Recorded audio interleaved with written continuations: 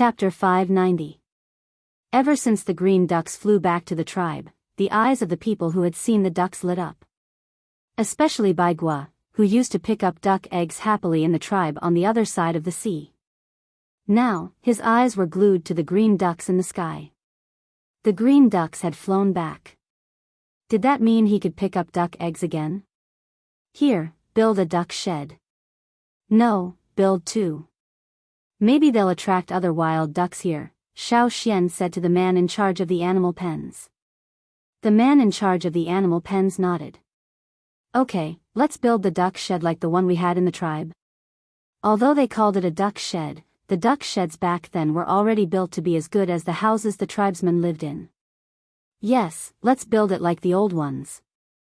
I don't know what the weather will be like this year, but it'll be better for them to get used to it, Xiao Xian said. The tribesmen had put in a lot of effort to make these ducks stay willingly. The green ducks that followed Xiao Xian here were obviously very satisfied with the artificial lake. After Xiao Xian stopped walking, the leading duck flew directly to the surface of the lake, folded its wings, and dipped its neck into the water. Then it raised its head and waved. There aren't many fish in the lake. I'll go get some food for them, the man in charge of the duck shed left happily.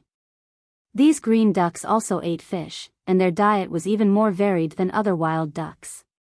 This could be seen from their mouths full of sharp teeth. There were fish in this artificial lake, but they were only small fish that slipped in when the river water was introduced. Now that the river had receded, these fish were still here. They had grown up, but there weren't many of them. Perhaps during the 4 years that Yanjiao wasn't here, other fish-eating birds lived nearby. When he returned, Xiao Xian even saw some bird poop and feathers by the lake. Now, they would also introduce water from the river. However, other than the piranhas, there weren't many other aquatic animals in the river. If he wanted to get some edible fish that weren't too aggressive, he would have to find other fish. Thinking of this, Xiao Xian made a mental note of this. If he went hunting in the future, he would use the net to catch some fish and see if he could get some suitable fish to raise in the lake. The people responsible for raising the ducks were all experienced. Whether they were from the other side of the sea or from the old haunt, they had already mastered many techniques. Even if it was the first time for many people to come in contact with these ducks, after interacting with their companions, they could quickly learn how to raise the ducks. The duck feed was made according to the same recipe as before. The person in charge of raising the ducks had even made some improvements. Even though many of the ingredients were no longer the same, the group of green ducks would still eat them. Perhaps they were tired and hungry from the long journey. More than 50 green ducks gathered around the trough and began to eat. At first, the other ducks were hesitant, but when they saw that their father was leading the way, they followed suit. Xiao Xian glanced at the green duck that was eating the most. Even if it had lost weight due to various reasons, once life was stable, it would definitely swell up again and return to its previous size. When the group of ducks started eating, Xiao Xian noticed that a smaller duck had a cloth tied around its leg. Looking at the stains on the cloth, it should have been there for a while. The way it was tied was also very professional and familiar. When the Taiha people suffered external injuries, after applying medicine, they would tie it with sackcloth or other things that could be tied. The knot on the smaller green duck's leg was the knot that the Taiha people usually used. Xiao Xian did not catch the duck that was fighting with its brothers and sisters for food. Instead, he waited for it to finish eating before catching it. With his experience in dealing with fat ducks, Xiao Xian could easily subdue this small duck. Xiao Xian untied the cloth on the duck's leg and looked at the part where the cloth was tied. Over there, there was a scar that had already healed. Now, it was almost healed. The scar had already faded, and there were many fluffy feathers growing there. If one did not look carefully, one would not be able to see the scar that was about to disappear under the fine fluffy feathers. There was also some powder that was obviously different in color from the duck's feathers. That was the residue of the medicine that had been applied. Because the cloth was tied so well, the dregs of the medicine did not completely disappear. They were left behind along with the cloth. When they left the tribe on the other side of the sea, the Taiha people said that they would take good care of these ducks. From this, it seemed that the Taiha people had indeed done so. He released the duck that he had subdued. Once it was free, it ran to the fat duck's side and stared at Xiao Xian cautiously. But the fat duck looked at Xiao Xian and continued to eat. Just now, when Xiao Xian caught the duck, it turned its head to look. But that was it. After looking, it continued to eat. The other ducks had already finished, but it continued to eat. Xiao Xian left the matters here to the person in charge of rearing the ducks. Then he spoke to the people patrolling the area. Even if they wanted to continue rearing these green ducks, if they were a threat to the tribe, they would not be merciful. These green ducks were not normal wild ducks. It was always good to be cautious, especially the smaller ones. They had no impression of the Yanjiao people. After leaving the man-made lake, Xiao Xian went up the mountain and told the shaman and chief about the cloth on the duck's leg. Speaking of the Taiha tribe, Zheng Luo and Duo Kong missed them. Duo Kang's eyes turned. When should we go and get the Taiha people to come over? The Taiha people liked strange herbs. In the depths of the forest, there was a patch of green that the advance party used to go to. There were countless rare plants. If the Taiha people were here, they would definitely love it. Xiao Xian also said that if the two continents were really close to each other like the Rain tribe said, and Rock Hill City had old grievances with the slave masters on the other side of the sea, there was an 80 to 90% chance that a war would break out. Rock Hill City had made so many preparations, they weren't just there to drink tea and chat. If that happened, the people on the other side of the sea might not have a peaceful life. The Taiha people might be affected on the other side and their lives might not be as good. If they moved over, they could still be neighbors with Yanjiao. Plus, the Taiha tribe was more reliable than the other tribes. If they joined forces with the Taiha tribe, they would be able to stabilize Yanjiao. Now, all the tribes were starting to gather together. Right, there were also those gold weapons. If the Taiha people came over, they had to show them the gold weapons made by the Yanjiao people. Before the new bronze weapons were made, there was a record of which warrior's preferred weapon was written down. Then, the quota was allocated according to merit. Warriors who contributed more to the tribe would naturally get their weapons earlier. Duo Kong had a list of names in his hands. It was arranged according to their contributions. When it was their turn, Duo Kong would call them over for questioning. Then, he would let the craftsman in charge of forging the weapons according to the type and appearance of the weapons that the soldiers were used to. When he saw the Taiha tribe again, he believed that there would be a lot of new bronze wares in the tribe. Zheng Luo and Duo Kong had the same idea. They were looking forward to the day the Taiha people saw the new bronze weapons made by Yanjiao. They wondered what their expressions would be like. Chapter 591. Because of the fat duck's arrival, Xiao Xian thought about the results of the knot divination. He finally understood where the knot was pointing. This forest was not the only place in that direction. The knot was pointing to a place even further away, on another continent. Most of the birds in the sky must have flown over from the other continent. The green duck must have migrated along with the birds. It happened to encounter Yanjiao and stopped here. Looking at it this way, it was possible that the birds were migrating due to the change in weather. In the past 2 winters, this continent had been unusually hot. If it was the complete opposite on the other side, it would have been extremely cold. Looking at it this way, the birds might have sensed a warmer place and decided to migrate to avoid the cold. Looking at the green duck swimming leisurely in the lake, it did not look like it was in trouble, nor did it look like it sensed danger. Hence, the possibility of a natural disaster was very low. After knowing this, the restlessness in the tribe calmed down for the time being. Actually, after settling down, Xiao Xian had been thinking about what the tribe should do in the future. In the past, when the river in front of the tribe was still an insurmountable moat, living here was like living in isolation from the rest of the world. They would not see any outsiders. But now, the moat was gone. Even the unknown and terrifying obstacles in the sky were gone. Cha-Cha could fly back and forth every day without meeting any obstacles. After arriving, Xiao Xian could roughly guess why Cha-Cha did not return with the other great mountain eagles from its movements and cries. Normally, great mountain eagles would only fly to Eagle Mountain when they were at a stage in their growth. For example, young eagles that had never been to Eagle Mountain after hatching but had already reached their limit. Yes, young eagles. To great mountain eagles, eagles that had never been to Eagle Mountain were all young eagles. The other type of eagle that went to Eagle Mountain was an adult eagle that had once again entered the stagnant growth stage. They had already begun to age, and if they did not go to Eagle Mountain, they would continue to age until they died.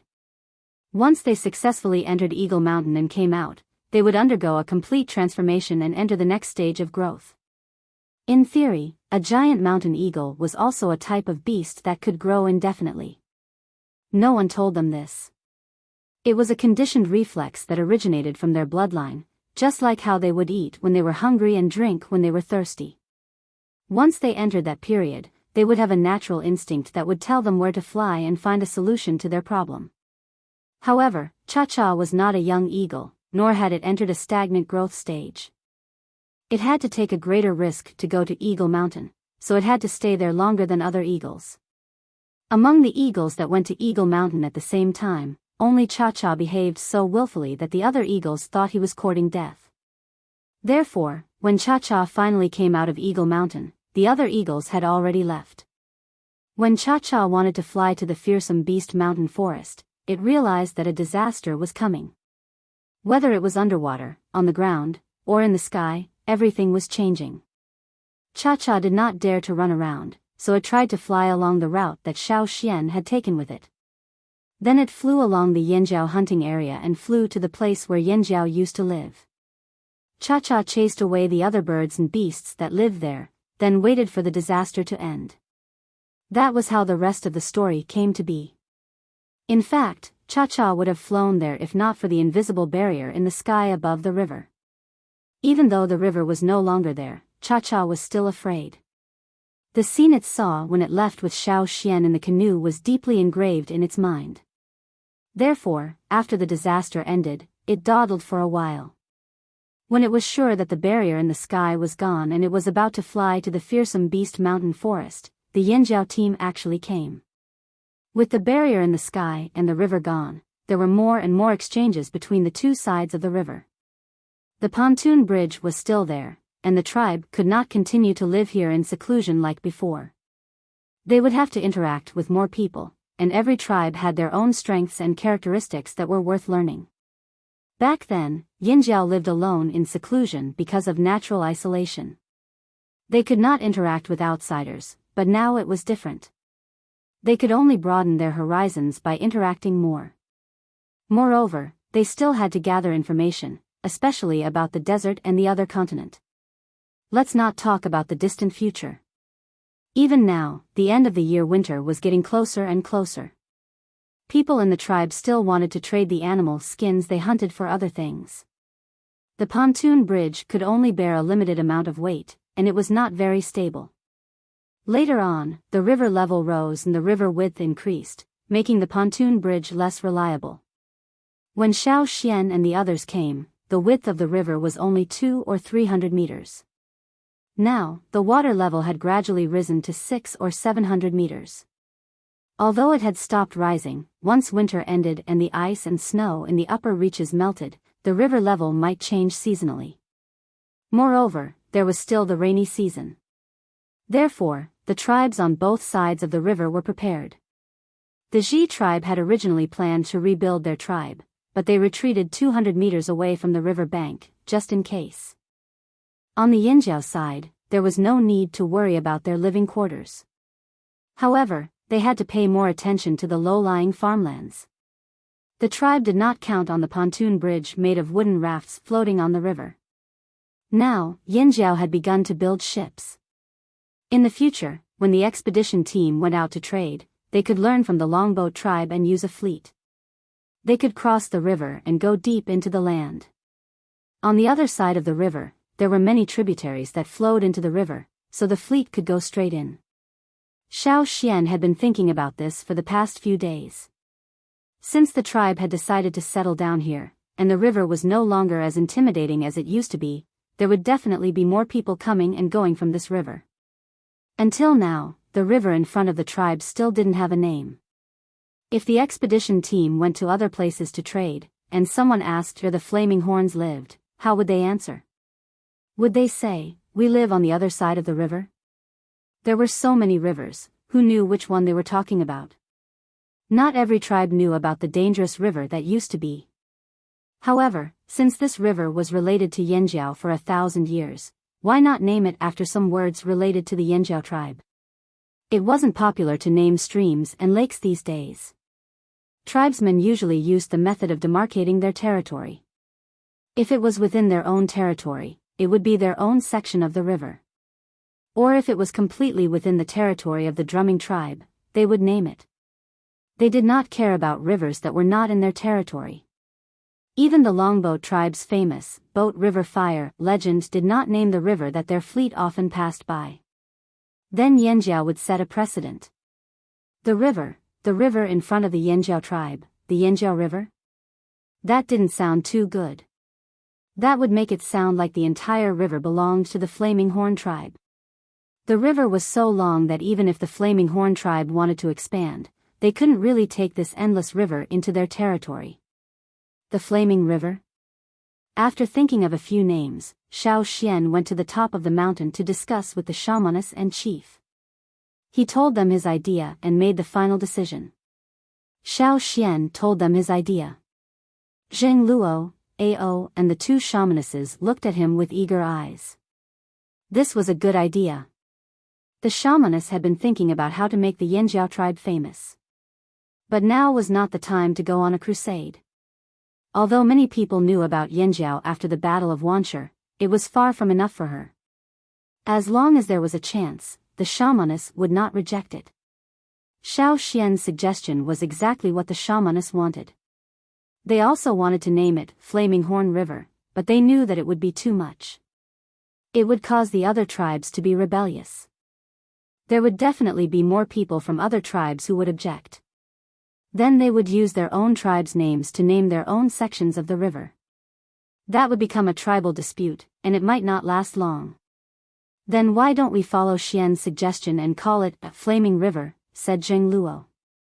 The shamaness thought for a moment and nodded. The others had no objections. The name, Flaming River, was decided just like that. The name of the river had been chosen, but not everyone knew this name. Even if they knew there was a flaming river, they might not know it was here.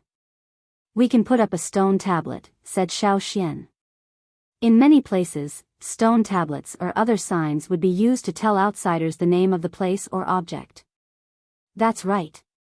We can put up a stone tablet. We can even carve a tribal totem on it. Let people know we named the river. Duo Kong rubbed his hands together. He was itching to make a stone tablet. After the decision was made, the tribe immediately took action. Xiao Xian used the fearsome beast bones he hunted some time ago to make 10 bone tablets. He engraved the name, Flaming River, on them and added the words, erected by the Flaming Horn tribe. Beside the tablets were the Flaming Horn totemic patterns. He planned to place them near the tribe. Although they did not name it Yanjiao River, it was not that far off. It was just more subtle. Other than the section near the tribe also sent a team of warriors to the other side of the river to put up stone tablets further upstream or downstream. As a result, some tribes that lived near the river often saw people who were easily carrying large stone tablets and setting them up by the river.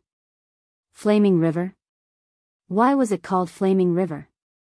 Some people were confused, some were unhappy.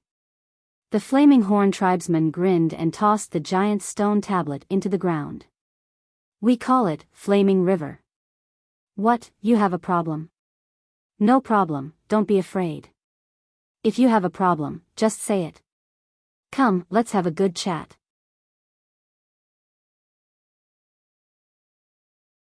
Chapter 592. Although most of the tribes along the river were damaged by the natural disaster, and many of them were directly wiped out, there were still some survivors who continued to live along the river. Not every tribe had the courage to move.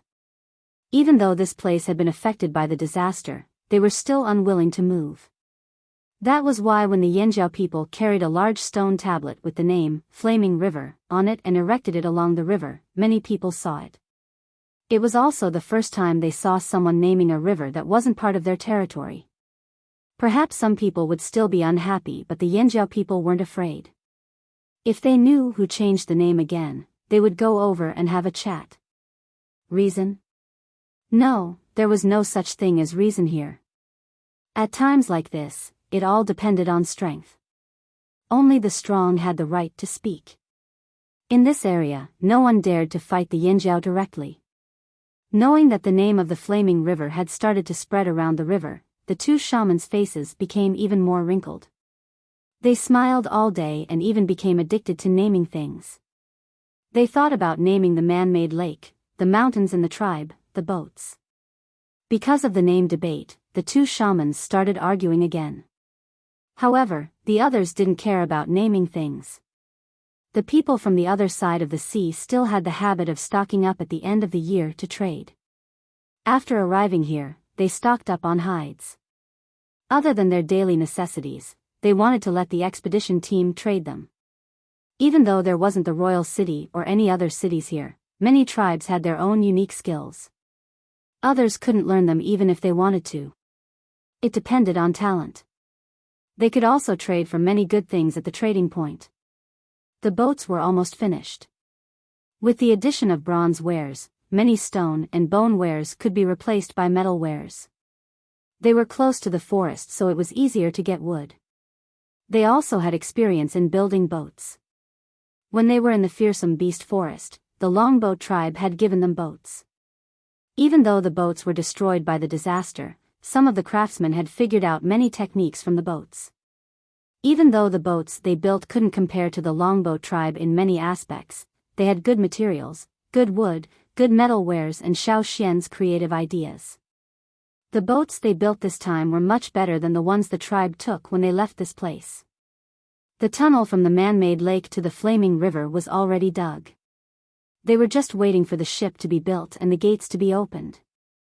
Beside the artificial lake, the green duck was still leisurely swimming around with its second-generation ducks. Even the noise of the boat building did not scare them away. Sometimes, they would even come closer to watch curiously.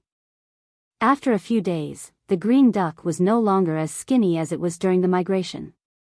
It had gained a lot of weight, and it was not far from the size Xiao Xian was familiar with. It wasn't just the green duck. Its second-generation ducks were also much more energetic. Their rejection of the tribesmen had lessened a lot. They would even step on the ducks' feet to beg for food when they saw someone feeding them. Yes, begging for food. The second-generation ducks had inherited their father's shamelessness. Since the living conditions here were so good, and there were people to protect and feed them, and they had a place to stay. They did not have to suffer from the cold or the rain, and there were no natural enemies to threaten them. They decided to stay here with their father. 3 days ago, when they saw a flock of birds passing by, they only raised their heads to take a look and didn't seem to want to fly away. Xiao Xian carried a huge tree to the lake. It was brought back by the people who went out to look for trees. He helped to carry it. How is it? How many more days do we need? Xiao Xian looked at the completed boat and asked the craftsman there. We'll be done in 2 days. We'll test the completed boat in the river tomorrow, said one of the craftsmen. After knowing the progress of the boat building, Xiao Xian did not want to delay them any longer. He put down the tree and prepared to leave. When he reached the river, he saw the people who took care of the duck shed coming over to feed the ducks. The ducks that were originally lined up to watch the craftsmen build the boat flapped their wings and rushed over. Some of them even started fighting. Ever since the tribe started feeding the ducks had become lazier. Now, other than when they were fighting for food, they rarely flew. He wondered if they would still be able to fly when they became as fat as balls. Xiao Xian went over to ask about the ducks. They're doing well. They're easier to raise than when we were in the other tribe. I just have to take care of the one in the lead. The other green ducks will follow it." The person who was feeding the ducks smiled. "It's just a pity that we haven't seen any eggs yet. It's still too early to see any eggs." Xiao Xian went to the field to take a look. When he came back, the ducks had finished eating. The fat duck swayed from side to side as it walked, but it looked lazy and lazy. Seeing Xiao Xian walk over, the fat duck only glanced at Xiao Xian, then decided to find a place to squat. Xiao Xian went over to check the food trough. There was still some food left. According to the person who made the food, it was some crushed herbs. The ducks could eat it, but they didn't like it. The herbs were useful for the ducks. In the past, sick ducks would eat the herbs themselves, so the person who took care of the duck shed added them in. In the first few days, the ducks didn't care whether they liked it or not. They ate everything. Now, they gradually learned to be picky. They ate what they liked first, then came back to eat the rest when they were hungry. If they weren't hungry, they wouldn't eat. Xiao Xian looked at the fat duck that was looking for a place to rest. "Tisk, look at how spoiled you are. Why don't you go to the sky?" But just as Xiao Xian finished speaking, the fat duck really flew up. It wasn't just the fat duck. The other second-generation ducks also took off. Whether they were swimming in the lake or hiding in the grass, they all flapped their wings and took off. Xiao Xian. Did they really go to the sky? Were they planning to leave? But soon, Xiao Xian knew that the ducks weren't leaving. After they flew high, they rested on the trees and looked at the sky. The sky?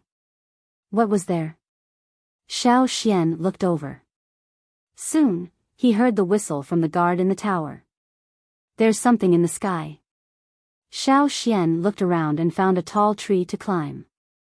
In the sky, a flock of black figures flew over. "It's a flock of birds." They weren't that surprised to see flocks of birds anymore. But this time, it was different.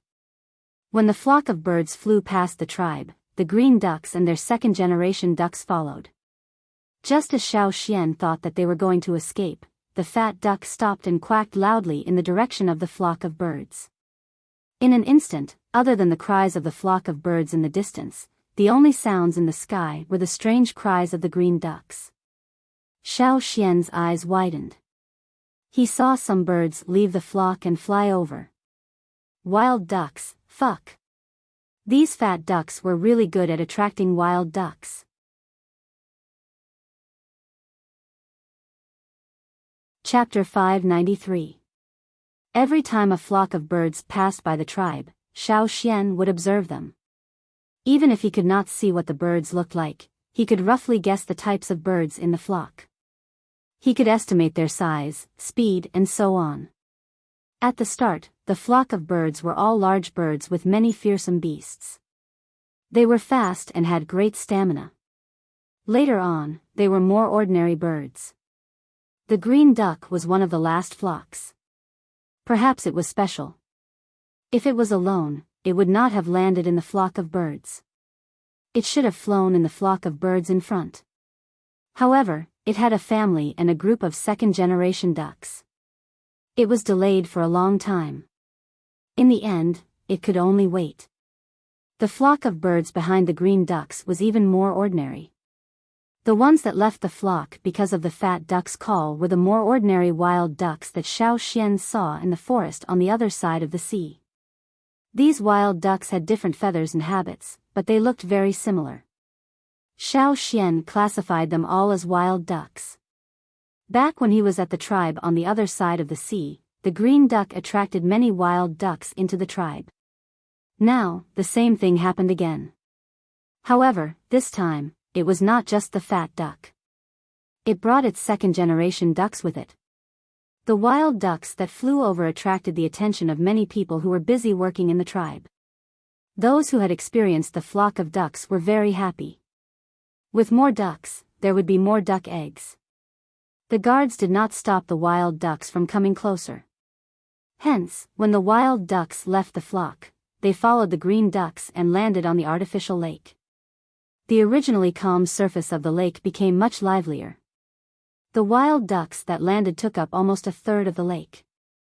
Moreover, the changes were still happening. The wild ducks were still landing.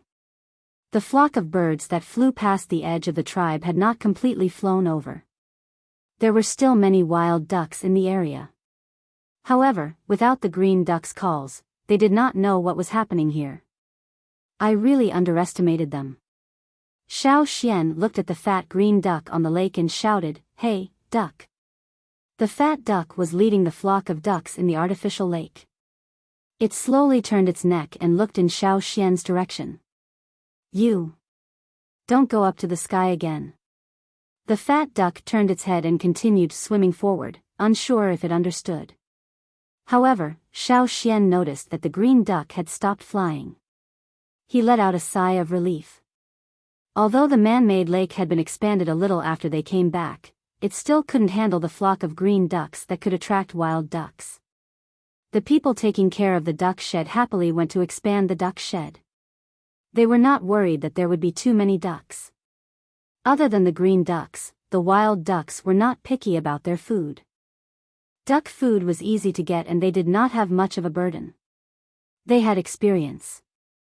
2 days later, the 5 newly built ships were tested on the lake. There were 50 to 100 people on each ship. There were about 300 people who left the tribe to trade, and the quota had already been decided. 5 boats painted with Yanjiao totems sailed out of the waterway between the lake and the river. Whoosh, the sails were raised. The flaming horn totem was drawn on the sails too. This was a good opportunity to make their presence known. The totem patterns on the sails were drawn by the 2 shamans themselves. When the wind blew, the sails curved in an arc, making the totem patterns on the 2 horns burn like flames. "We should be able to set sail now. Looks like there's no problem." Zheng Luo looked at the 5 boats that had sailed into the river. This time, the leader of the expedition was Ta. Duo Kong wanted to have some fun, but the expedition team didn't need 2 team leaders. He could only wait until the next time. After all, this wasn't the only time they would go on a trade trip. The people of the drumming tribe, who had already rebuilt their tribe, also saw the 5 boats with the flaming horn totem on the river. Their eyes were filled with envy. However, although they wanted Yanjia boats, they did not feel the need to build their own. If they wanted to travel by water, they could just ride the crocodiles. The main reason why the drumming tribesmen were envious was because of the trade trip. If it weren't for the disaster, they would have many leftover water moonstones. They could even negotiate with Yanjiao to take them to further places to trade. Many of the drumming tribesmen had never traveled far before. The furthest most of the drumming tribesmen had ever been was the Pu tribe. In the past, they did not like to interact with unfamiliar tribes, but now their views were changing. Seeing Yanjiao travel, many of them naturally had the same idea. Next year, when we get more water moonstones, we can pay off our debts. Maybe we can go with the Yanjiao team, said a drumming tribesman. I've decided not to go to the Pu tribe to trade tomorrow. I'll save more water moonstones. In the future, if there's a chance to go with the Flaming Horn tribe's ship, we can go to further places to see. The Flaming Horn tribe is better than the Pu tribe, another warrior said. Not only them, the other drumming tribesmen also had similar thoughts. Many of them secretly made up their minds and prayed that the tribe would be able to harvest more water moonstones next year. Otherwise, if the production of water moonstones decreased, they would have nothing left to live on when the debt was repaid. They would have nothing left to live on. During the trial voyage, Xiao Xian rowed the boat along the flaming river for a while. He went to the Rain tribe to check on their rebuilding progress. The drumming tribe was rebuilding on their original foundation, but the Rain tribe was starting from scratch. It was more troublesome and required more work. Like many tribes with primitive fire seeds, the first thing the Rain tribe built was a fire pit. Then they built houses for the important people in the tribe. After that, they built houses for the rest of the tribe. When Xiao Xian arrived, the Rain tribe had already finished building their houses. They were reclaiming farmland and building animal pens. They didn't have anything yet. They mainly relied on hunting for food. Occasionally, some animals would fly or swim over from the forest on the other side of the flaming river. Other than hunting, they also harvested. They had seeds, but they couldn't plant them this year. Xiao Xian saw that the Rain tribesmen had already started using some newly made pottery. Some houses even had pottery spinning wheels and other tools in front of them. They had already picked up their skills and started a new way to make a living. According to the Rain tribesmen, there were other tribes nearby. Some of them moved away because they felt that this place was too dangerous. The forest on the other side of the river was also a dangerous place. They were afraid of living so close to it, so they left. Of course, most of the survivors chose to stay. They didn't want to take the risk of moving. Generally speaking, there were many tribes along the river. After all, this was a large water source. Even if they didn't live by the river, they weren't far from it. Looks like there are more tribes here than I thought, said Xiao Xian. Xiao Xian actually had another idea. Not long ago, when they were talking about the trading trip before winter, someone mentioned that the trading location was too far away. Indeed, if they wanted to trade for good stuff, they had to travel further. For example, the trading area near the big tribes in the central region with more amazing skills or other large trading areas were indeed very far from here. If only they were closer, it would save them a lot of time and effort. It was definitely impossible to move the trading area here, but what if they built a new trading area here? The flaming river was no longer a dangerous river. It would nourish many tribes around the riverbank. What would happen if they built a new trading point nearby?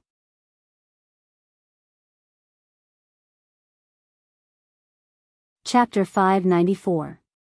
The purpose of this voyage was not just for trading. Xiao Xian also thought that if his navigation skills were good enough, he could go upstream or downstream to take a look. Back then, the natural conditions were too restrictive, so he was not familiar with many places upstream or downstream. As for the new trading point, indeed, there was no large trading area nearby. This was considered a remote area of the mainland, especially when the flaming river was still a dangerous river.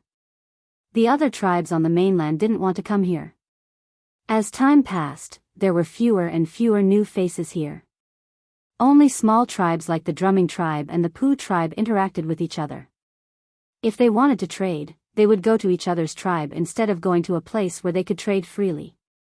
Hence, there were fewer choices. The Drumming tribe had been cheated by the Poo tribe many times. They knew they were cheated, but they didn't have much choice. There weren't many people in their tribe. Every year, there were many people who wanted their water moon stones. The warriors didn't dare to go too far in case something happened. The Poo tribe, which was close by, was their only choice. Perhaps the Luo tribe used to be a trading partner, but now the Luo tribe was gone. From Yinjiao's point of view, not having a good trading partner was indeed a problem. Back when they were on the other side of the sea, the expedition team would bring the hides they had hoarded to the cities controlled by the slave masters to trade. There were many people there, and every city was a very good place to trade. With more choices, the hides could be sold at a higher price and exchanged for more satisfactory things. But now, in this remote area, after some thought, Xiao Xian went to the shamaness and chief for a discussion. It would have been better if Xiao Xian didn't mention it. Once he did, the shamaness and the two chiefs couldn't sit still anymore. When they were in the fearsome beast forest, they knew that many large tribes had trading points near them. They didn't think of setting one up back then. Plus, the Lu tribe often came here, so they didn't think much of it. Now that Yanjiao had moved here, the environment was different. If they wanted to trade for better things, they had to go on a long journey. The distance from here to the nearest trading point was much longer than the distance from the fearsome beast forest to the nearest trading point. If they didn't do anything, they would have to go on a long journey every time they wanted to trade. Xian's idea is not bad. The shaman lowered his eyes and pondered. But, how do we set up the trading area? Where should we build it? Ao asked. It's definitely not on our side, Xiao Xian said after some thought. I'll go over to the other side of the flaming river and take a look. If there was a suitable place, he could try to develop it. It would definitely not develop to the level of the central region or the well-known large-scale trading zones on the grassland. But one step at a time, it would eventually succeed. Without further delay, Xiao Xian didn't go out with the expedition team this time, so he had time to observe the surrounding environment and terrain. Speaking of which, when the tribe migrated here, he only focused on this area and did not go to other places. He wanted to take this opportunity to see what kind of changes had happened to the area along the river during the disaster. Xiao Xian called over Cha-Cha, who flew everywhere every day. Riding on the eagle, Xiao Xian ordered it to fly to the other side of the flaming river. There were many forests in this area. 1,000 years ago, before the earth split open and the river formed, the two sides of the river were connected. The Yinjiao side was filled with forests, so the other side of the river must be the same. This place was equivalent to another fearsome beast mountain forest, but it was too far from the center of the continent, and it was dangerous. Many of the tribes that lived here were small and medium-sized tribes. They were unable to fight for a place to settle down in more fertile areas, and could only survive in this remote area. Actually, the soil here wasn't bad, but because it was close to the river was more dangerous. Before the river was formed, the forests were connected and the danger was greater. In their ancestors' notes, there were comments about this place. Some people said that this was a place where beasts lived and it wasn't suitable for humans. The small and medium-sized tribes didn't have strong fighting abilities, so they could only live here with their limbs tucked away. 1,000 years ago, the earth had split open, and the dangerous mountains and forests had been carved out. However, the people on this continent still didn't change their view of this place. They never thought that this place was suitable for living, so even after 1,000 years, there were still not many tribes living here.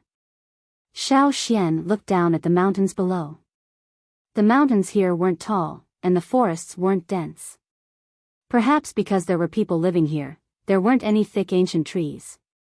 The disaster had swallowed much of the river here. It was slightly different from what Xiao Xian remembered. After looking at many places, Xiao Xian wasn't satisfied, so he ordered Cha-Cha to fly along one of the rivers. This river wasn't far from the drumming tribe. In the past, this river flowed from the central region of the mainland to the river. It was still the same now. Yinjiao's ships would enter this river from the flaming river and then sail inland. Looking carefully at the ground below, Xiao Xian suddenly said, "Let's go down and take a look." Cha-Cha responded and flew down. When Cha-Cha slowed down and approached the ground, Xiao Xian jumped down from the eagle's back and landed in a small forest. The reason why Xiao Xian chose this place was because the terrain and environment here were very similar to a place he had seen before. That year, when Xiao Xian brought Cha-Cha across the river to this place, they followed the Pu tribe's expedition team to the central region of the mainland. Along the way, they rested at a place where wanderers, slave masters and slaves lived. That was where Xiao Xian saw Shi Shu. At that time, Yan Shua's family was still wanderers. That place was where the rivers intersected. Often, expedition teams who lived in remote areas would pass by on wooden rafts. And now, the place Xiao Xian was standing on was very similar to that place. This place shouldn't be the territory of any tribe.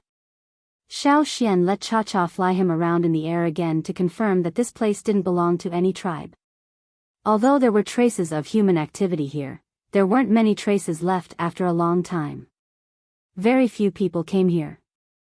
Xiao Xian made a mark on the map, marking it as 1, and then went to other places to look for a suitable location. For 3 days, Xiao Xian searched outside. The place couldn't be too far from Yinjiao. Therefore, in 3 days, he had already searched all the suitable places. There were 4 places that he was satisfied with, but in the end, he still chose the place marked with 1. Once he decided, the Yinjiao people began to move.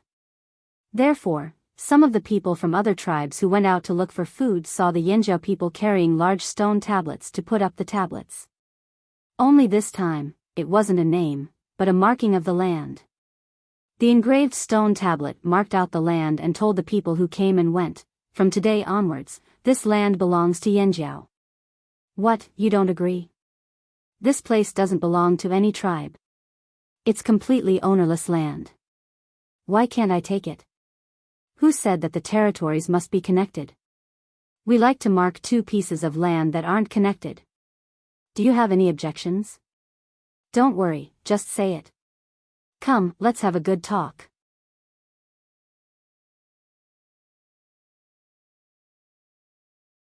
Chapter 595. The place Xiao Xian had his eyes on was also at the intersection of two rivers. This would be a good place for boats to travel. When Xiao Xian was drawing the layout, he even drew out the location of the dock on his animal skin scroll. Those who didn't go on missions, didn't have shifts, and didn't go hunting were sent to Xiao Xian's plot of land to begin construction. In the minds of the tribesmen, the first task of enclosing a piece of land was to enclose the land that belonged to them and let outsiders know that this land belonged to them. That was why over the past few days, they saw Yanjiao warriors using thick and tough rattan ropes to tie a pile of rocks of different sizes onto their shoulders or backs. They were transporting the rocks to the newly encircled land. The rocks were all dug from the nearby mountains. The surrounding mountains weren't big, but they were still quite common. They still didn't belong to any tribe, but from time to time, they could see a few vigilant outsiders hiding in the bushes, watching the Yanjiao tribesmen coming and going. These outsiders didn't dare to attack the Yanjiao tribesmen. Anyone who saw someone who could carry so many rocks and still joke around would be wary. Plus, they saw more than one or two Yanjiao tribesmen every time, so they had to be extra careful. There were bound to be curious people. These tribesmen who lived in unknown corners might not be conspicuous, but they definitely had their own abilities and ways of living. Otherwise, they wouldn't be able to survive. Xiao Xian wouldn't ignore or underestimate these tribesmen. After finding out that some tribesmen were secretly watching them, Xiao Xian ordered his men to prepare some wooden signs. Then, he used a plant pigment to write on the wooden signs. The words written on the wooden signs told the tribesmen who came out to hunt three things. First, Yanjiao wanted this land. Second, Yanjiao planned to build a trading point here. It would be called the Flaming River Trading Point. The trading point would open once before winter officially arrived. Any tribesman who wanted to trade could come and take a look. Third, Yanjiao had a large amount of high-quality animal hides, from wild beasts and fearsome beasts. After thinking for a while, Xiao Xian added, "It's a fair trade, and I don't cheat anyone." After he finished writing, Xiao Xian handed the wooden plaque to the soldier carrying the stones. "Find a place to insert it on the road." The soldiers carrying the stones looked at him and understood what Xiao Xian meant. Without saying anything, they picked up the wooden planks and quickly left. They still had to carry the stones. The Yanjiao people were strong and efficient in transporting stones. Xiao Xian had only circled the area for 2 days, but half of the outer wall was already built. Xiao Xian had said that the area could be opened before winter. He wasn't talking nonsense. He had calculated the time. Xiao Xian also sent people to the Drumming Tribe, Rain Tribe, Pu Tribe and other tribes along the Flaming River. He told them about the Flaming River trading point. The Rain Tribe had already started preparing for the trade. They had been saving up and were planning to trade with Yanjiao before winter. Now that they knew about the Flaming River trading point, they were even more excited. What the Yanjiao people liked, the Rain Tribe might not like. If they only traded with the Yanjiao people, they might not be able to get what they needed. Now that the Flaming River trading point had appeared, they might have more choices. Naturally, they were all working hard. Some of the free craftsmen in the tribe also came over to help after they finished building the boats. Old Ku also came over. He couldn't move around, but he was good at crafting stone and wood. He could help with the construction of the houses. If Caesar was here, he would carry Old Ku and cross the Flaming River with the other warriors. They would return after they were done. If Caesar went hunting, Cha-Cha would bring Old Ku over. They didn't even need to take the boat. The Yinjiao craftsmen didn't rest after they finished building the boats. They took the initiative to ask for help. They loved to create. Plus, the Flaming River trading point was a good thing for Yinjiao, so they were happy to be busy. The expedition team had already left. Before they left, Xiao Xian had already confirmed the location of the Flaming River trading point. That was why before the team left, he told the expedition team that if they went to the inland trading point, they should tell the people there that the best beast hide was in the Flaming River trading point. Was that wrong? No, it was definitely right. The Yinjiao people dared to say this out loud. We have the best beast hide. It was the truth. At the same time, Xiao Xian also told the expedition team to tell the expedition team that beast hides were more expensive in the winter. If they wanted to use the same thing to exchange for more beast hides, they should come to the Flaming River trading point during the other seasons. In the past 2 winters, the weather was abnormal, so there was no need for beast hides. However, now that the disaster was over, the weather would return to normal. Perhaps there would be other changes, but it definitely wouldn't repeat the past 2 years. In many places on the mainland, it would definitely snow in winter. It might even be colder. Otherwise, migrating birds wouldn't just fly here and not somewhere else. This year, the demand for beast hides would definitely skyrocket. The disaster in the past had caused many tribes to suffer heavy losses. They might not be able to get enough beast hides to keep warm. Even if they did, how could beast hides compare to fearsome beast hides? Some people used beast fur, feathers, straw and other things as fillers. They used linen to make simple jackets, but when it came to keeping warm, it definitely wasn't as convenient and sturdy as beast hides, especially fearsome beast hides. Many people liked them very much. The beast hides brought by the expedition team would definitely be sold out, but as for whether the people there would come to the Flaming River trading point to exchange for beast hides, that wasn't certain. Xiao Xian didn't plan to let everyone know about the Flaming River trading point immediately. This wasn't something that could be done in a short period of time. It would take a long time. Perhaps bringing out the new bronze wares would attract more attention, but at this stage, it wasn't wise to bring them out. Yinjiao's own supply couldn't meet the demand, so how could they bring them out to trade? However, the appearance of this trading point would definitely attract more tribesmen from both upstream and downstream of the Flaming River. That way, Xiao Xian wouldn't have to travel by boat to get more information about the Flaming River. Only with people could there be communication, and only with communication could information flow. Yinjiao was just providing a place for people to communicate. Of course, there would definitely be people with bad intentions who would come and try to rob or steal. Towards these people, Yinjiao only had one attitude: kill. Even a friendly tribe wouldn't show mercy to people who tried to steal or rob them. Xiao Xian compared the drawings on the beast hide scroll and explained in detail to the craftsmen. After making sure that they understood, he went to the next location. The team transporting the stones had already left the trading point with the wooden boards that Xiao Xian had written for them. They were heading towards the mountain. They walked through the forest. After 2 days of transporting stones, they had already carved out a small path. The trees on the path had all been cut down, and the obstacles on the path had been removed. The grass on the ground had already been trampled into mud. Let's stick it here. Lang Jie stuck the wooden board into the ground beside the path. He quickly scanned the forest not far away and left with the others. Not long after they left, a few figures approached carefully. They had messy hair and dirty faces, and only had some messily woven vines draped over them. They took 2 steps forward and stopped to listen. After confirming that there was no one else around, they continued to approach. When they reached the wooden board, the leader frowned as he looked at the words on the board. His expression was bitter, as if it was difficult for him to decipher the words. Although there was indeed a common language on this continent, not every tribe had a high literacy rate. The leader finally managed to decipher the words on the board, and then he explained it to the people behind him. The few of them gathered in a circle and discussed. Another person stood on the outside and carefully observed their surroundings. When the discussion was over, the leader walked to the wooden plank, clenched his teeth, and pulled it up with all his might. After pulling it out, the few of them ran away as if there was a fearsome beast chasing after them.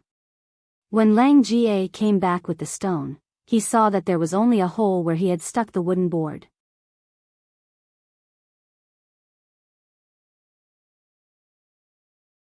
Chapter 596.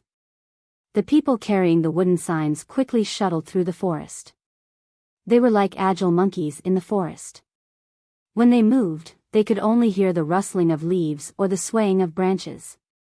Other than that, there was no other sound. Their feet were tied with some coarse vines, and their toes were exposed. Compared to other tribes, their toes were twice as long, and their soles were larger. When they shuttled through the forest, they used their feet in addition to their hands. Their toes were flexible and powerful, just like another pair of hands. Their fingers hooked onto a branch, and their bodies swung up. In the next step, their other foot had already hooked onto the branch in front of them, and they moved forward again. They lived in a tribe nearby. This group of people came out to hunt. If they saw wild animals, they would kill them. If they found edible fruit or other food, they would bring it back. When the Flaming Horn tribe started building the trading point on the first day, they had already noticed the movement. However, they knew that their tribe's fighting power was not strong enough. In this place, they couldn't even defeat the Drumming tribe and the Poo tribe. At best, they could only compare with the already destroyed Luo tribe. They only knew about the Yinjiao people because their chief told them. When the Yinjiao people appeared and left by boat, many of their tribe's warriors saw them. When tribesmen recognized other tribes, they basically looked at their totems. That was why when they saw the stone tablet with the Flaming Horn's totem on it, they knew who was here. Because they didn't dare to go closer, they couldn't figure out what the Yinjiao people wanted to do. After 2 days of observation, they went to take a look again today. They saw a Yinjiao person put a wooden board there, and there were words written on it. Curious, they went over to take a look. Not many of them were literate, and none of them could read all the words. Because they didn't need to know many words, they didn't care. The leader of the group was the most literate. He roughly recognized the words on the board, and was shocked by the news. In their minds, tribes should revolve around the fire seed. Regardless of whether it was a large tribe or a small one, they all revolved around the fire seed. The only difference was the size of their territory. However, the Yinjiao people had actually circled out another piece of land outside of their dwelling. Were they planning something big? What was the purpose of the Flaming River trading point? If they couldn't figure it out, they immediately went back to ask the chief and the shaman.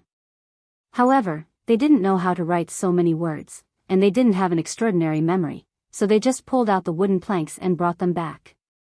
They didn't realize that they would anger the Yinjiao people if they took away the wooden planks. No one had ever done that before. Carrying the planks, they climbed over several hills and then went down a narrow path between 2 hills that seemed to be joined together. From afar, they couldn't see that there was a mountain path.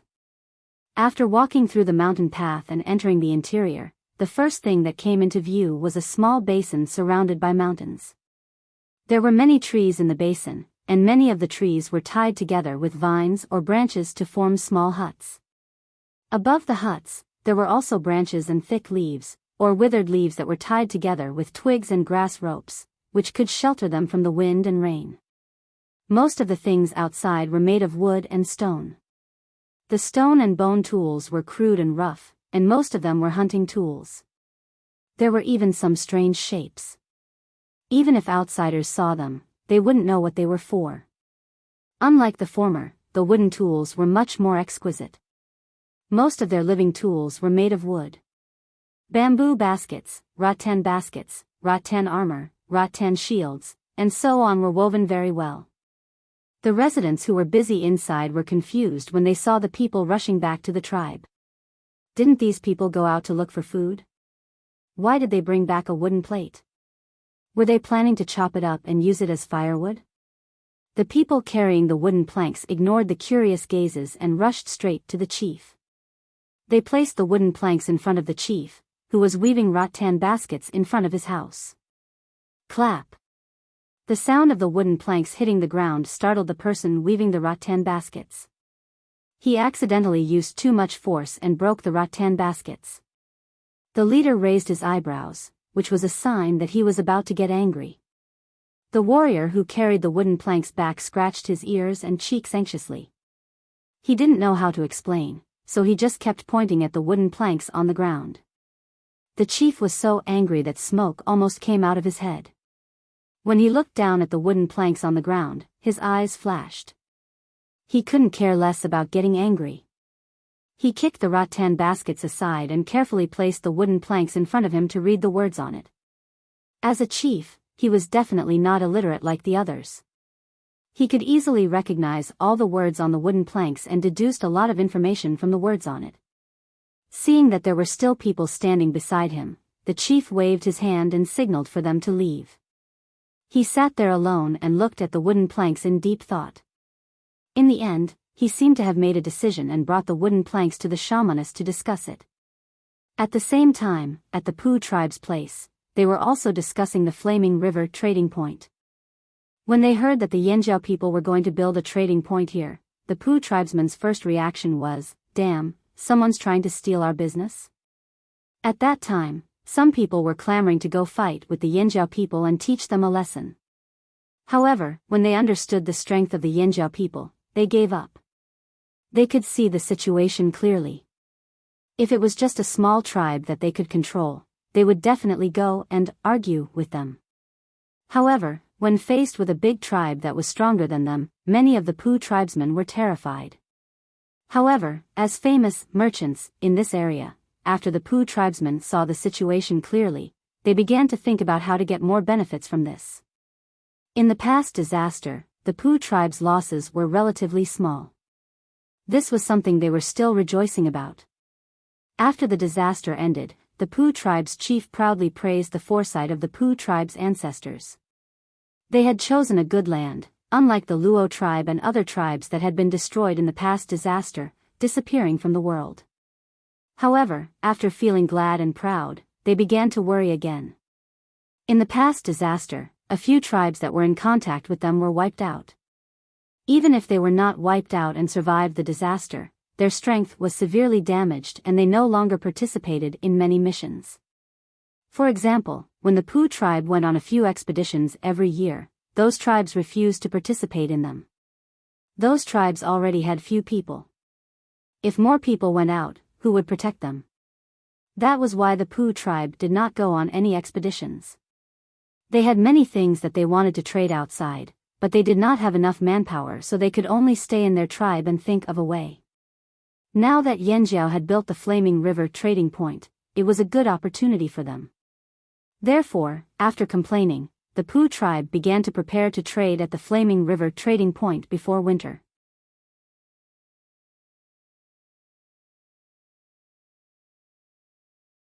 Chapter 597. Many tribes didn't pay much attention to the Yanjiao naming of the Flaming River. After the excitement died down, they forgot about it. Wasn't it just a river? So what if it had a name? But now, this river was connected to the trading point. Perhaps many people didn't know which river the Flaming River referred to, but the Flaming River trading point touched their nerves.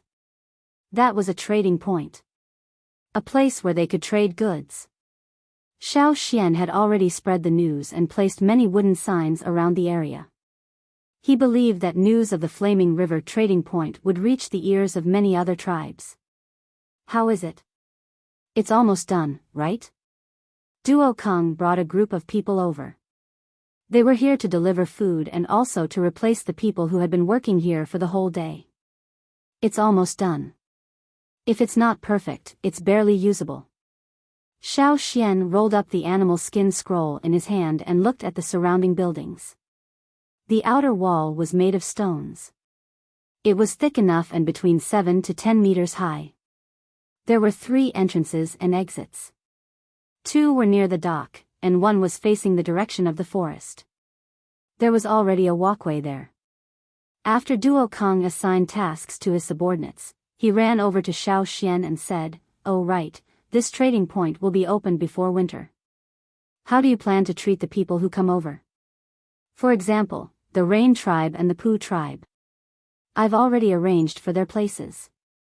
Xiao Xian passed the animal skin scroll in his hand to Duo Kong and pointed to 2 areas marked on it. Here, that area is towards the Pu tribe. They will definitely come over from the water. The Rain tribe will be over here. Xiao Xian pointed out the areas to Duo Kong and explained the reason for this arrangement. Wait.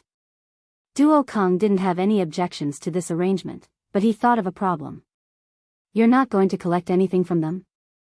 At first, Duo Kong thought that Xiao Xian would treat them like how the slave masters treated their cities. On the other side of the sea, tribesmen who wanted to enter the city had to pay an entrance fee. After entering the city, they would choose a place to trade and collect goods based on the quality of the goods. However, Duo Kong and the others used to trade in the free trade zone in the city. They didn't have a fixed location and would always look for empty spaces, unlike others who had a fixed location to set up their stalls. However, Duo Kong wasn't willing to let others set up a stall in his own territory. Xiao Xian explained, this is only the first step. In the beginning, no one knows what this place is like. We have to let them understand the benefits of this place first. Free access is only temporary. Once everyone is familiar with this place and knows the benefits of this place, we will collect some things appropriately. I see. Duo Kong immediately understood and nodded. That's true. If the tribesmen couldn't see the benefits, they wouldn't make decisions at will. Therefore, if they wanted to attract those people, they had to offer some benefits first.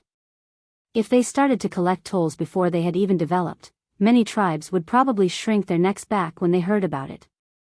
I wonder how many tribes will come when the time comes. Duo Kong muttered as he left.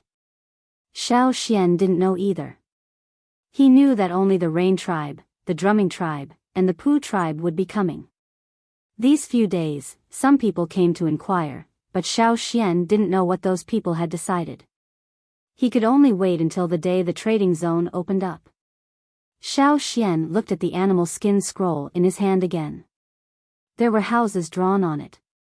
Some were connected into large areas, some even had small courtyards and warehouses. Some were smaller, but most of the houses were made of wood. It wasn't difficult to build them, which was why they could be built so quickly.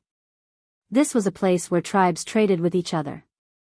Basically, there wouldn't be any transactions between a tribe and a single person or a few people.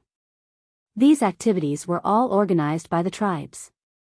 Therefore, in this trading zone, there weren't any small houses for a single person or a few people. If there were many people, Xiao Xian would give them a bigger place. If there were fewer people, Xiao Xian would give them a smaller place.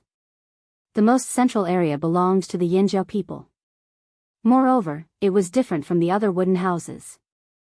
The central area was a stone house with more than 2 floors. It was getting closer and closer to the opening of the trading zone. The Yinjiao headquarters had already transported some goods over. In addition to the goods brought by the expedition team, the tribesmen still had a lot of things in their hands. Many of them were relatively cheap. There were also some animal skins, which they had accumulated over the past few days. Pottery, horns, and bones weren't rare. The main things they had were animal skins and meat. Yinjiao didn't lack food now. They could use the extra food to exchange for other things. In fact, now that the trading zone was open, the Yinjiao people would benefit greatly. They would have more choices. Many of the nearby tribes had suffered varying degrees of damage in the past disaster. They didn't recover as quickly as Yinjiao. Perhaps they would take out the things they had saved to exchange for other things they urgently needed. Soon, the Rain tribe also brought their goods over. They couldn't repay their debts for the time being, but they could use some of their labor to exchange for food for the winter. They hadn't been here for long, so they didn't have much in stock. This was just a trial. Many people from the Drumming tribe also came, but they mainly came to watch the fun. They didn't have any goods, so they could only temporarily maintain the most basic livelihood. Even if they were envious, they could only watch. However, during this period of time when they were rebuilding their tribe, they dug up some scattered water moonstones. Some of them were even taken out from the water by the crocodiles. They planned to exchange them for some food. The Pooh tribe first sent people over to investigate. They felt that it should be safe for the time being, so they went back to report. Not long after, the Pooh tribe's team also came over. Because there weren't many people coming over, Xiao Xian arranged for them to be closer to the center instead of scattered everywhere. Among the people from the Pooh tribe, there were some people Xiao Xian knew. The leader was still someone Xiao Xian was familiar with. It was the Pooh tribe's expedition team's leader, Fan Ning. There were also people like you, whose eyelids were painted in bright colors. A whistle interrupted Xiao Xian and Yu's reminiscing. Xiao Xian let people lead the Pooh tribe's team to the arranged place, while Xiao Xian looked towards the entrance. After a while, outside the wall, a head appeared at the entrance of the trading point. That person's head was tied with a small braid in the shape of a chicken's claw. On both sides of the braid, there were also beast horns. The habit of wearing beast horns was not only practiced by the Yanjiao tribe, but also by other tribes. The other party seemed very cautious. Under the urging of the guards at the entrance, they slowly appeared. It was a group of people wearing rattan armor. Their hairstyles were similar. They held some wooden or stone weapons in their hands and carried rattan baskets on their backs. What caught Xiao Xian's attention was their feet, which were much bigger than the others, and the long toes on their feet. With a strange expression, Lang Jie ran in front of Xiao Xian and said in a low voice, "These people were the ones who observed the trading point a while ago." Xiao Xian also had an impression of a few of them. However, he remembered that the figures he saw hiding in the forest were people with unkempt hair. Now it seemed that these people had specially dressed up before coming.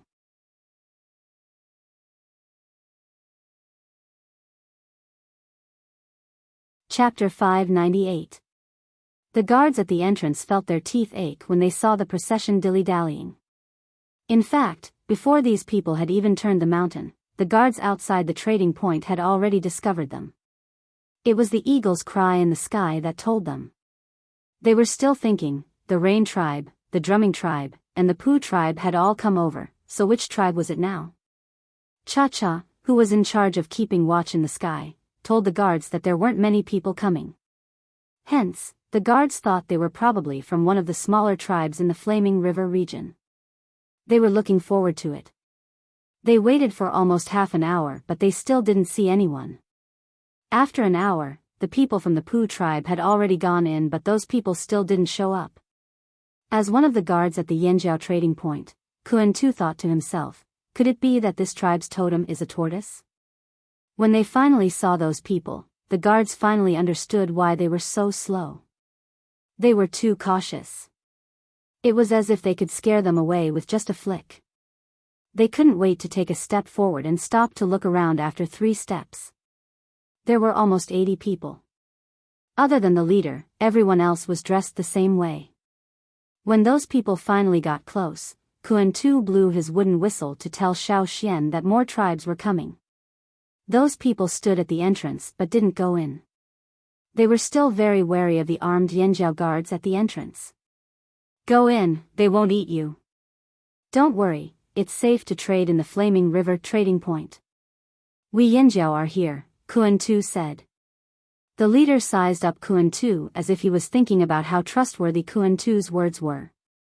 After a while, he nodded and lifted his neck. Just when Kuan Tu thought he would walk into the trading point with his head held high, the man acted like a thief and stuck his head out to look inside the trading point. He dawdled for a while before taking small steps in. His gaze quickly scanned the trading point and his face was filled with nervousness. It was as if he would run away at the slightest sign of trouble. Xiao Xian looked at this strange tribesman and asked loudly, "May I ask which tribe you are from?" Xiao Xian tried his best to speak softly and in a more friendly tone, but the person who came in still shrank back as if he was frightened. The leader probably realized that he was behaving inappropriately and felt embarrassed. He forced himself to calm down and cleared his throat. Ahem. We are from the drumming tribe. I am the chief, Abuli. The drumming tribe? Abuli? Or the leader? Was there ever such a cowardly leader? No matter what they thought, Xiao Xian saw that although they were overly cautious and curious, they didn't seem to have any intention of snatching the treasures. He walked over with a smile and said, Xiao Xian, elder of the Yinjiao tribe. Elder? Those who had just straightened their backs felt lacking in confidence again. Ahem, oh. Abuli did not know what to say. His expression was a little awkward, and the smile he forced out was very stiff. He could not force out a word for a long time. These people probably did not interact much with other tribes. Perhaps this was their first time participating in such a transaction. Xiao Xian thought to himself. May I know what the drumming tribe brought this time, and what do they want to exchange? Xiao Xian took the initiative to ask. Lang Jie, who was following behind Xiao Xian, glanced at the people from the drumming tribe a few times, especially the few people in the group. He had seen them a few times when they were moving the stones. Even if they changed their heads and wore rattan armor, he could still recognize them. It was just like when he was hunting a group of beasts, he could tell which one was the prey he had set his eyes on. However, what could these people have in their hands? Looking at the people from the drumming tribe, they looked a little like the Yinjiao people who were cut off from the rest of the world a long time ago. But back then, even if the Yinjiao people had nothing, at least they had beast hides. These people lived here, so they definitely did not have any better beast hides. So what could they bring out to exchange? Lang Jie wasn't looking down on the people of the drumming tribe, he was just curious about what they had in their hands. The rattan baskets they were carrying were woven so tightly that he couldn't even see a gap. The top of the baskets was also tightly covered. Lang Jie could only hear the slight sound of hard objects colliding and rubbing against each other in the rattan baskets when the man accidentally stumbled just now. Lang Jie couldn't hear anything else because the man was walking too fast. Lang Jie didn't know how his strange big feet moved. Lang Jie thought that he would fall down, but in the next moment, he stood up steadily and continued walking. Sure enough, even if they were a small tribe, they could not be underestimated. As for Xiao Xian's question, Abuli did not directly answer. His eyes were still quickly scanning the surroundings, as if he was trying to identify the dangers around them. We want to exchange for some food. Oh, and some beast hides. I want something thicker and sturdier. Abuli said this quickly and hurriedly, unlike his usual slow movements. After he finished speaking, he continued to scan the surroundings. We have both food and beast hides in Yinjiao. However, do you want to trade directly with us in Yinjiao, or do you want to go elsewhere? There are people from the Rain tribe, the Drumming tribe, and the Pu tribe here. Not the Pu tribe. Abuli quickly rejected. He did not know where the Rain tribe came from, but he knew the Drumming tribe and the Pu tribe. The Drumming tribe looked too fierce, so they did not dare to talk to them. As for the Pu tribe, they had bad morals and were too treacherous. They did not like them. We'll trade with you in Yinjiao. Your wooden board says it's a fair trade. It's not a lie. Abuli opened his eyes wide. It was rare that he did not look around. He only looked at Xiao Xian, wanting to get a definite answer from Xiao Xian. Yes, that's right. Xiao Xian nodded. After getting a definite answer, Abuli let out a long sigh of relief. His cautiousness and vigilance eased, but it did not disappear. Xiao Xian brought them to the center of the trading point.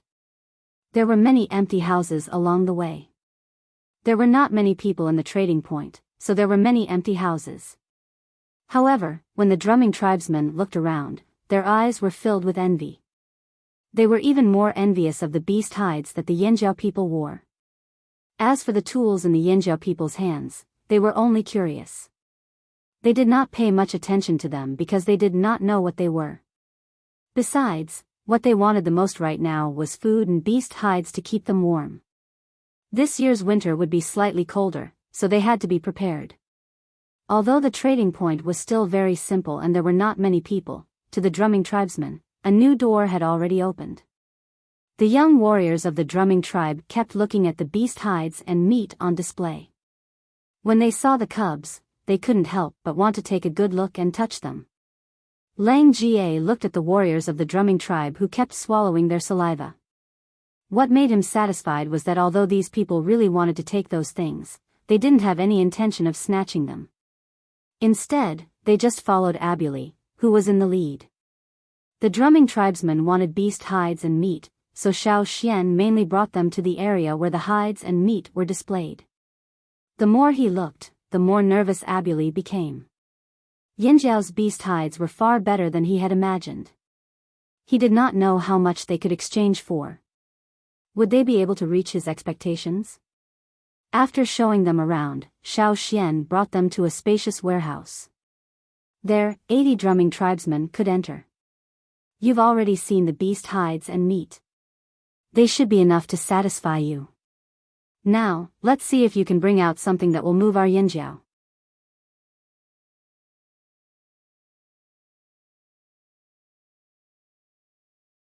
Chapter 599.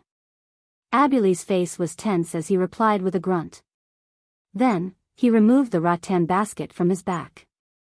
Xiao Xian could tell that Abuli wasn't trying to pull a long face. He was probably too nervous, and his movements were stiff as he removed the rattan basket.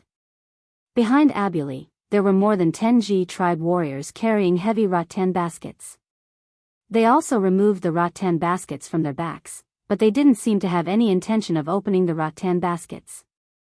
They just hugged the rattan baskets with nervous expressions. In comparison, Abuli was the calmest of them all. The surrounding Yinjiao warriors also looked at Abuli's rattan basket. They wanted to see what this strange Ji tribe had brought. If it wasn't something that Yinjiao needed, would they still trade with these people? The rattan baskets were tied too tightly. When the lid was opened, the rattan basket let out a creaking sound. It was very clear in the quiet warehouse. When Abuli opened the lid, Xiao Xian caught a glimpse of light. The reflection of the light made his heart skip a beat. These are the things we brought. Abuli placed the rattan basket on the table in front of him and pushed it towards Xiao Xian. The muscles on his arms seemed to be frozen. His movements were not smooth at all. His two eyes stared straight at Xiao Xian. He wanted to know what he wanted to know from Xiao Xian. Did the Yinjiao people want the things they brought? If the Yinjiao people didn't want them, should they just carry them back? Or should they do something else? Sensing Abuli in the dozens of pairs of eyes behind him, Xiao Xian calmly moved the rattan basket over and looked inside. Sure enough. Inside Abuli's rattan basket, there were some white transparent hard objects. Every one of them had distinct edges and grew into a cluster. There were only a few scattered crystal pillars that looked like they had been broken by an external force. Xiao Xian took out the broken piece. It was a white, transparent crystal. The bottom part of the crystal was white, while the other part was colorless and transparent. Crystal? Xiao Xian looked at the crystal in his hand, which was almost as thick as his forearm. Although he had seen crystals in some trading places before, they were not necessary for most tribesmen. They were not like the jade produced by the Mang tribe, which had an effect on the totemic power in the body. They were also not like the water moon stones of the drumming tribe, which could illuminate the body. They were not as valuable as the shells that could be used as currency for medicinal purposes. Therefore, even if people bought these crystals back, they would only make them into ornaments. And those who could buy these crystals were people who didn't have to worry about food and clothing. Many tribes who were short of daily necessities wouldn't trade for these crystals at all. But now, the crystals that the drumming tribe took out were not only big, but they were also in clusters. The crystal in his hand was as thick as a forearm and as long as a palm, but it was only a small one among the clusters. Seeing that Xiao Xian was only a little surprised at the beginning, the drumming tribesman became even more nervous. Xiao Xian handed the crystal in his hand to Lang Jie next to him. For the Yinjiao people, this kind of thing could only be used as an ornament. There was no need to trade. Only the people from the other side of the sea would look at Xiao Xian from time to time, as if they wanted to say something, but because of the rules, they didn't say anything. Lang Jie weighed the crystal in his hand, then took out a short stone dagger and slashed at the crystal abruptly. Zeng! Stone powder splashed out from the point of impact. The drumming tribesmen were so scared by Lang Ga's sudden movement that they all took a step back at the same time. Looking at the small gap in the crystal, then at the gap in the knife in his hand, Lang Jie said, "Medium to high-quality stone." After testing the stone, Lang Jie put the stone on the table expressionlessly. Aside from the stone's special appearance, there was nothing else that surprised him. What was the use of just looking good? Wouldn't a polished stone tool be more or less the same for hunting? It was fine to trade for something to play with, but Lang Jie wasn't willing to use this to trade for more things from the Yanjiao. Their tribe had plenty of stone tools. Now that many people were using metal tools, what was the use of these? And for the Yanjiao people, the best ornaments weren't beautiful stones, but fierce beasts' horns, sharp teeth, claws, and so on. Those were the best ornaments to show off one's strength. There was a thing called aesthetic differences in this world. Next to Lang Jie, a warrior from the other side of the sea held back for a long time. When Lang Jie finished speaking, he finally couldn't hold it in any longer. Just as he was about to speak up, Xiao Xian made a gesture and he immediately stopped talking. He stood quietly behind, trying to keep a straight face. He wasn't as anxious as before. "You brought all these?" Xiao Xian asked. Abuli nodded. "Yes, all these." The drumming warriors behind Abuli realized that these might not be valuable after seeing the Yanjiao people's calm reaction. They were very discouraged and didn't even try to hide their disappointment. Abuli was already mentally prepared. He had secretly gone out to trade with the Pu tribe before, but he didn't get much. This time, although he had high hopes for Yanjiao, he was also prepared for the worst. He even thought that he wouldn't be able to trade for anything and would bring these back untouched. The most stressful moment was over, and now Abuli was more at ease. He carried the rattan basket over and looked at the large cluster of crystals inside. "These are called crystals. They have a special meaning in our tribe. They are bright and sturdy, and are loved by our drumming tribe. In the drumming tribe, these crystals would be made into jewelry and worn on the chest. They could also be made into weapons. This was a custom passed down from the ancestors of the drumming tribe. However, these weapons and jewelry made from crystals would rarely be placed outside. Even if they wore them, they would hide them under their clothes. Weapons were the same. Most of the time, they would carry wooden weapons on their hands, but they would hide the weapons made from crystals on their bodies. The drumming tribe believed that important things should be hidden and not seen by others. Even if they were trash in the eyes of others, as long as they valued it, they would hide it well. That was why Lang Jie had never seen any crystal jewelry or weapons on them when he saw them before. That was because they were all hidden in places that weren't easy to see. After Abuli calmed down, his tone gradually calmed down and his body relaxed. "This is all we have. I know that it can't be exchanged for much, but this is already the best that our tribe can offer." He could tell that the flaming horns did not lack stone tools. However, his reputation was no longer important. He had to face it calmly. What he wanted to know now was what they could exchange these stone tools for with the flaming horns. Would the flaming horns be willing to trade with them? Xiao Xian listened quietly and nodded. He pointed at the crystal on the table. "We can trade. This crystal can be exchanged for a piece of beast meat. You should have seen the size of the beast meat when you were outside." "Huh?" Abuli was stunned. Not only Abuli, but even the warriors of the drumming tribe behind Abuli widened their eyes as if they were frozen in place. It was as if they had heard something unbelievable. One stone, for a piece of beast meat? Abuli swallowed his saliva. "That's right. That big?" Abuli raised his hand and gestured according to what he saw outside. It was about 2 palms long and 1 palm wide. "Yes." "Aha." Abuli jumped up from his chair. This was completely out of Abuli's expectations. He originally thought that a basket of crystals could only be exchanged for 2 or 3 pieces of beast meat. After all, the crystals he brought over were all bunched up together. They were too small and couldn't be used to make weapons. The drumming tribe warriors behind Abuli were no longer timid. They couldn't wait to run out. "We can trade. We can really trade for meat. I want to eat the meat of that pointy-eared beast. I saw it hanging outside just now. That doesn't look good. I want to eat the ones with long horns. Those won't do. What's wrong with your eyes? Just pick the fat ones." The warrior hugging the rattan basket felt like he was hugging a basket of meat. He was laughing so hard that his eyes couldn't be seen. He jumped up and down as if he wanted to fly. Meat, a basket of meat. Abuli now felt that the Yinjiao people were really pleasing to the eye. They were much better than the people of the Pu tribe. Back then, he was cheated badly by the people of the Pu tribe. Just thinking about it made his heart ache. "Right, speaking of which, we've never seen those beasts hanging outside," Abuli said. He actually wanted to find out the names of those beasts. Even if he didn't know how to hunt, he could still brag about it. He was the most knowledgeable chief in the tribe. Of course. The fearsome beasts all live in the forest near the flaming river. They couldn't come here in the past, so the chances of them coming here in the future are slim, Xiao Xian said. Plop.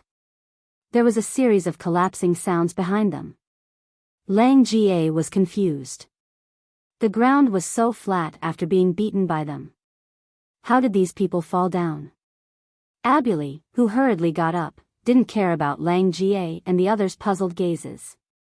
He moved closer to Xiao Xian and stuttered, fearsome beasts? The beast meat you're talking about, fearsome beast meat?" Abuli's voice was trembling as he spoke. He only heard 2 words from Xiao Xian. "Yes," Xiao Xian said. Oh. Abuli nodded expressionlessly. His face was red, and he suddenly jumped up. When he landed, he quickly stomped on the ground 3 times with his big feet, causing a cloud of dust to rise. It wasn't just Abuli. The other drumming tribesmen did the same thing. The Yinjiao people in the warehouse looked at the drumming tribesmen strangely. They didn't understand what they were doing. A declaration of war? It didn't seem like it. They didn't know that the drumming tribesmen would only express themselves like this when they were extremely excited.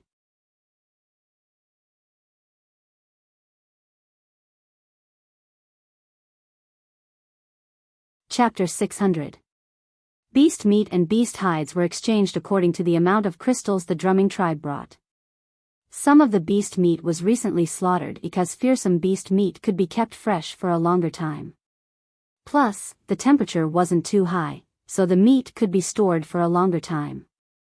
When it was placed in the trading point, there was no strange smell. Some of the meat was taken from the cave on top of the mountain where the Flaming Horn tribe stored their food. When they were chopped, the meat was hard and firm. Other than that, there was also cured meat and jerky, but those were more expensive because of the salt involved. The people of the drumming tribe mainly chose fresh meat. When they were choosing the meat, there were disputes in their group. Some wanted this kind of meat, some wanted that kind of meat. The reason was that they thought the meat they chose looked delicious. Most of the drumming tribe members had never eaten fearsome beast meat before. Even the chief, Abuli, had never eaten it before. This was also why they didn't think of fearsome beasts at first. Up until now, they had never seen a fearsome beast, let alone eaten one. So when they heard that they could exchange for fearsome beast meat, they were all shocked. After the shock, they became excited. They were so excited that they started arguing. Xiao Xian ordered his men to cut some of the meat for them to try.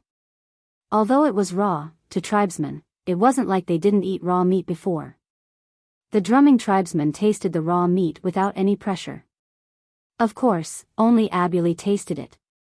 The final decision was made by him, the chief.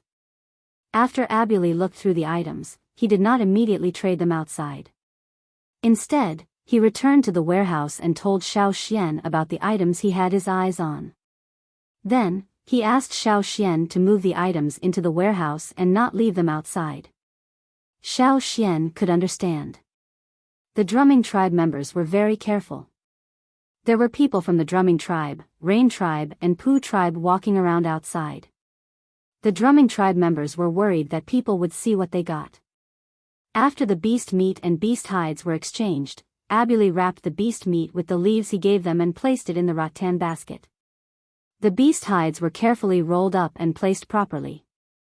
After the rattan basket was covered, he tied it tightly with a straw rope to ensure that the rattan basket wouldn't open when they ran. "Can we trade here in the future?" Abuli asked expectantly after packing up. "Of course you can. The trading point isn't complete yet. This is just a trial run. It will last until winter when it snows. However, after winter ends, it will definitely be open again next year. You can come over whenever you want to trade."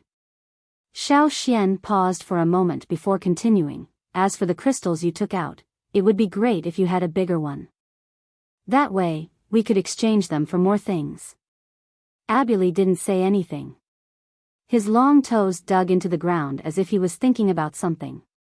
When the warriors of the Ji tribe behind him heard that the bigger the crystal, the more things they could exchange for, their eyes lit up. Without any delay, the people of the Ji tribe left as soon as they finished their trade. When they arrived, they practically walked in small steps. When the Yinjiao warriors saw them, they couldn't help but feel anxious for them and wanted to give them a push. However, after exchanging their goods, the people of the Ji tribe ran away as if there was wind beneath their feet. When they were in the trading point, they could only be considered to have walked a little faster. After all, within the trading point, Yinjiao had guaranteed that there would be no robberies. As soon as they left the trading point, a group of 80 people disappeared in the blink of an eye. Kuan Tu and the others who were guarding the entrance of the trading point were dumbfounded. It's good that they ran fast. It's safer. Xiao Xian smiled as he watched the figures flash by in the distant forest. Because of the Yinjiao people inside the trading point, there wouldn't be any robberies. However, in the forest outside the trading point, there were some people with ulterior motives. They didn't have anything to trade in the trading point, so they wanted to rob the people who had exchanged their goods. However, the people of the Ji tribe weren't good at other things, but they were very good at escaping. The Yinjiao people couldn't help but sigh. Growing such big feet wasn't useless. Not only were those people fast, but they were also very agile in the woods. They were up and down, and their figures were erratic. Their existence was reasonable. No matter how small a tribe was, they still had their reasons for surviving. The people hiding in the forest who wanted to rob them could only watch as the people of the Ji tribe ran further and further away with their rattan baskets on their backs. After exchanging their goods, Abuli's group was so excited that they wanted to fly. They ran even faster. Hooking on branches with their toes, they even flipped a few times in the air as they flew past a bush of thorny plants. They weren't worried at all about falling and smashing into the thorny plants. In the past, the Ji tribe rarely interacted with other tribes. Most of the time, they hid in the forest and lived their own lives. They were very wary of other people. Only by being careful could they live a long life.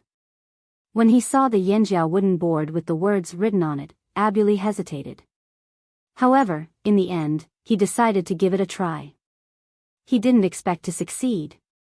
At that time, there were many people in the tribe who objected. They said that it was definitely the Yinjiao people's scheme. Humph. When they returned and saw the things in the rattan baskets, who would object again? The more Abuli thought about it, the more proud he became. He felt that he was wise and powerful. No wonder he was the chief of the tribe. When the group finally returned to the tribe, they saw that at the entrance of the tribe, there were many people waiting with their necks stretched out. They were anxiously waiting. The first Ji tribe warrior who noticed Abuli's group shouted. Soon, a large group of people rushed out from the gap. They had been waiting for Abuli's news. The chief had brought dozens of people out for a trade. This was a big event in the tribe. Everyone wanted to know the result. How was it? The shaman of the Ji tribe held a purple crystal staff and walked out quickly. Abuli raised his chin and put on airs. There's no rush. Let's talk inside. The shaman of the Ji tribe knew Abuli well.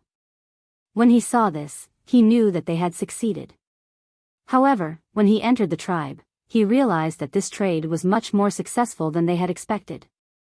Some of the Ji tribe warriors who went out for the trade couldn't hold back their saliva anymore and started to talk about what they had seen and heard. After all, they were the first batch of people to go out for a trade. How could they not show off? Not to mention, this time, they had indeed opened a new door.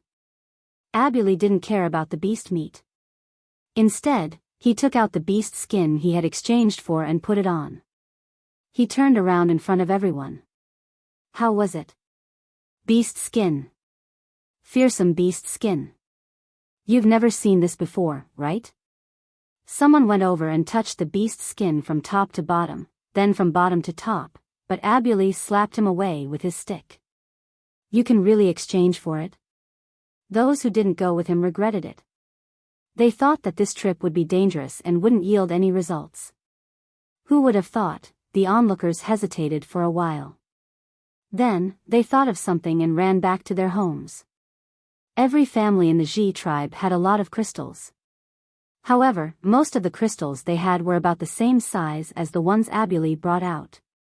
Some were even smaller. After Abuli showed off, he waited for the crowd to disperse and came to a cave. Inside, he hid the treasures of the Ji tribe's chiefs for generations. Not only were there bigger crystal pillars and clusters, some of them were even glowing.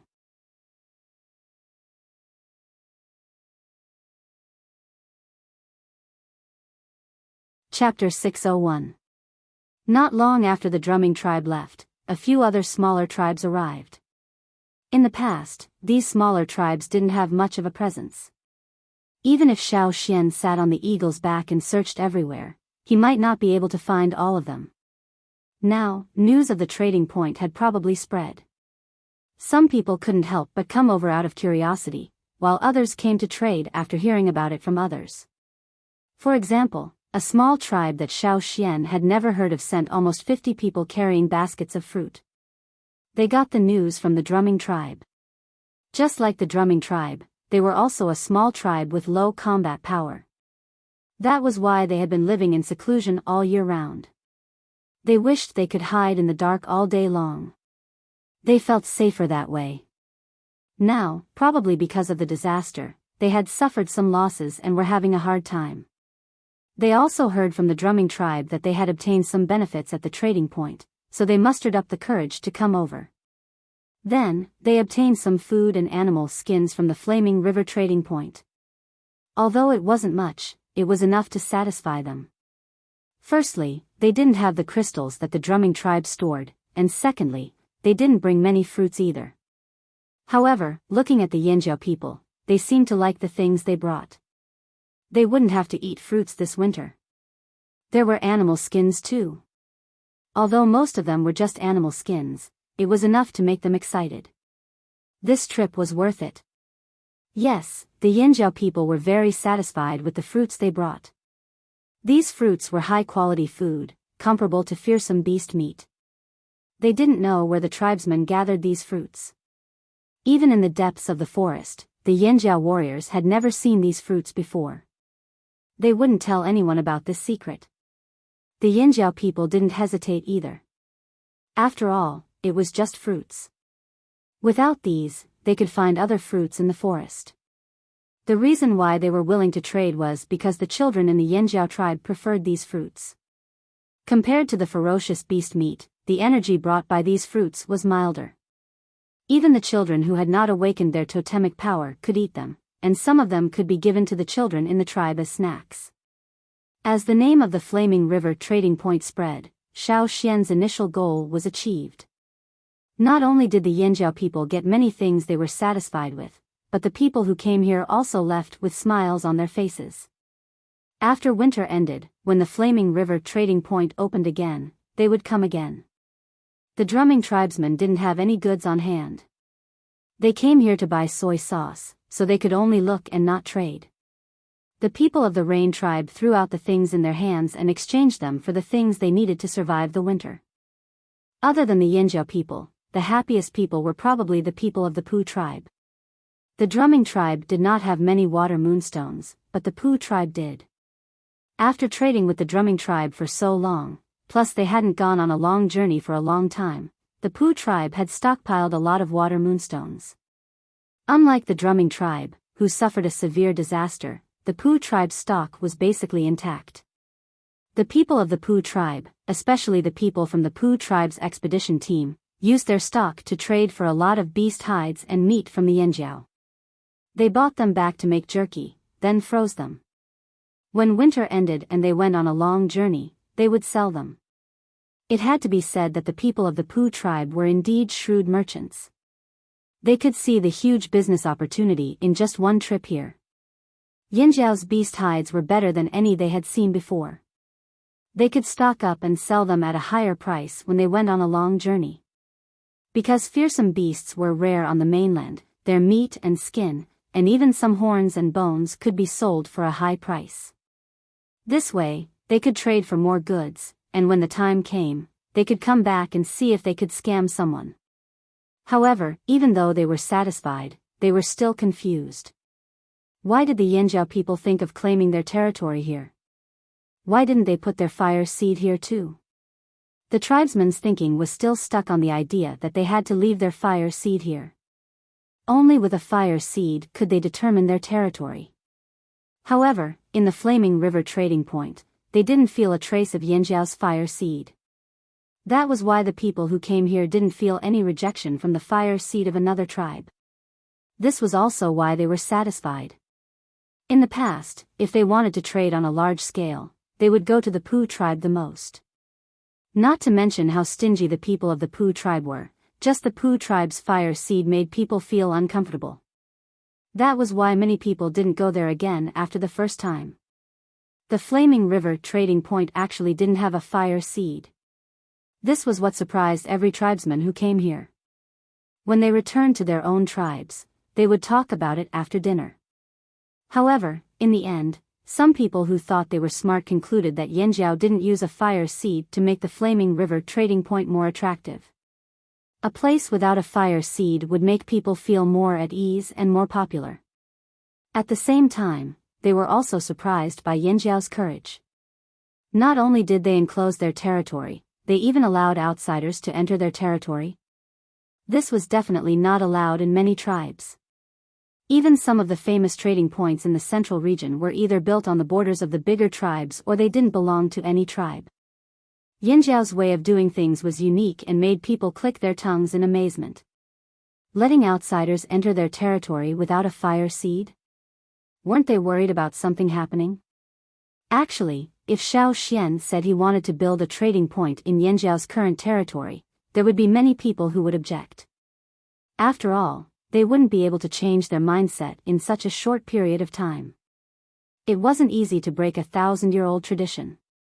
How could they let outsiders enter their territory as they pleased? However, it was different if they encroached on a piece of land outside their territory. It was also their territory, but the meaning was different. They could do whatever they wanted. On this day, the temperature had begun to drop significantly day by day. This was the precursor to winter. Many of the leaves in the forest were no longer green. The withered leaves on the ground were blown up by the wind, rustling from the top of the mountain to the bottom of the mountain. It was almost winter, and the trading point was about to close. The drumming tribe, who could only watch helplessly, had already left. The Rain tribe and Pu tribe had also stopped and went back yesterday. Xiao Xian was polishing a transparent, shiny object in his hands when he heard someone report that the drumming tribe had sent someone over again. Xiao Xian raised his eyebrows, but he wasn't surprised. He knew that the drumming tribe would definitely come over before winter. Abuli's reaction at that time told him that this would be the case. Xiao Xian put the polished transparent, shiny object into a soft animal skin bag. Then, he got up and left. The last time Abuli came to look for Xiao Xian, and this time, he also said that he wanted to look for Xiao Xian. Since he already knew Xiao Xian, Abuli didn't want to talk to anyone else. He was worried that he would be cheated if he changed people. This time, Abuli didn't come with a rattan basket. Instead, he came with the others, carrying something as thick as a person. This time, he only brought this one thing. They didn't have the strength of the Yanjiao people, so they had to carry it together. This way, they could maintain their speed. Even so, they had to change groups of people to take turns carrying it, or else they wouldn't have been able to hold on. When Xiao Xian walked into the warehouse, Abuli was panting heavily. However, his hand was tightly pressed against the pillar that was as tall as a person. When he saw Xiao Xian, Abuli immediately stood up. However, he didn't leave the pillar. Instead, he said, "You said that a bigger crystal can be exchanged for more things." "That's right." Xiao Xian nodded.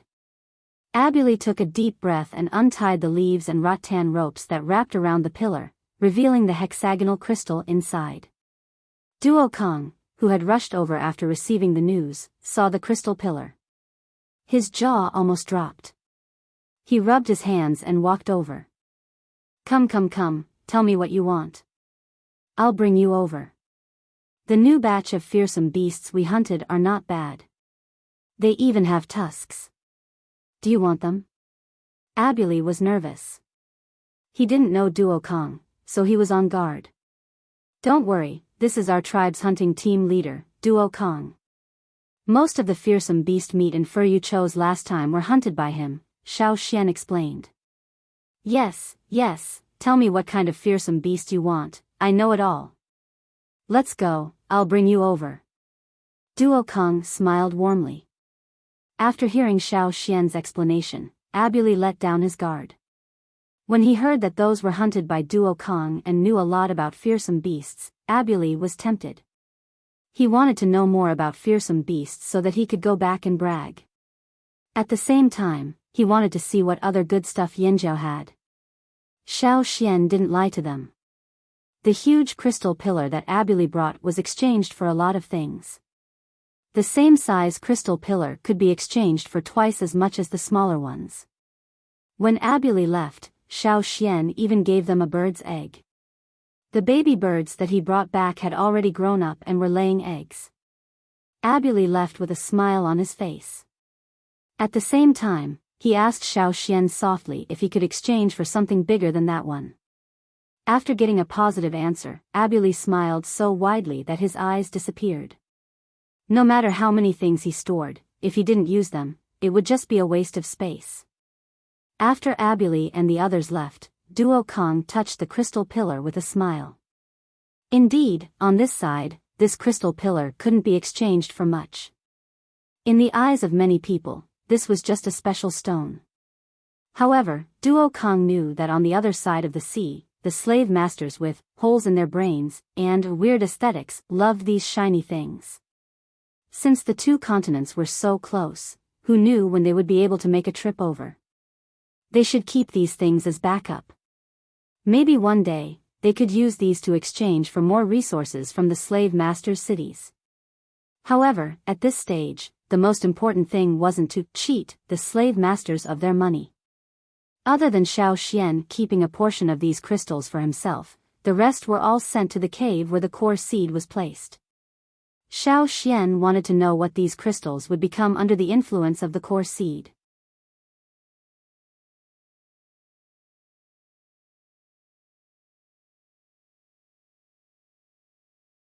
Chapter 602. After the people of the drumming tribe left, the trading point was officially closed. Although there were still some Yanjiao warriors guarding the trading point, it was no longer open to the public. They would be closed for the winter to prepare for an even bigger trading event in the coming year. Snow began to fall from the sky, but it was different from the storm-like winters they had experienced before. This winter was more normal. Perhaps after the disaster, the geographical environment changed, and the weather changed accordingly.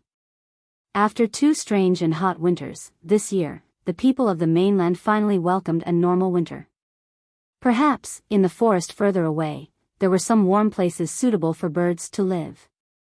However, the people of the mainland did not yearn for it. They did not have high expectations, and all they wanted was a normal winter. After Xiao Xian arranged everything in the trading point, he took the things he had on hand back to the tribe and began to polish the lenses. Transparent crystal was suitable for polishing lenses. Xiao Xian tried to make a simple telescope. In the other world, he used to make it for fun. Now, after so many years, in this world, Xiao Xian's memory was a little fuzzy. However, after a few more attempts, Xiao Xian believed that he could make it. The lens barrel was made of bamboo with different thicknesses. It was mainly divided into 3 parts, the front part, the middle part, and the back part. However, the most troublesome part was polishing the lens. After all, it was made by hand, so there would be many defects. If one did not pay attention, it would be worn out. Fortunately, Xiao Xian had been practicing for many years. Although he did not succeed on the first try, he still managed to get a satisfactory result after a few tries. The focal length of the lens was not known, so Xiao Xian roughly used the method of focusing light to determine it. Everything was done manually.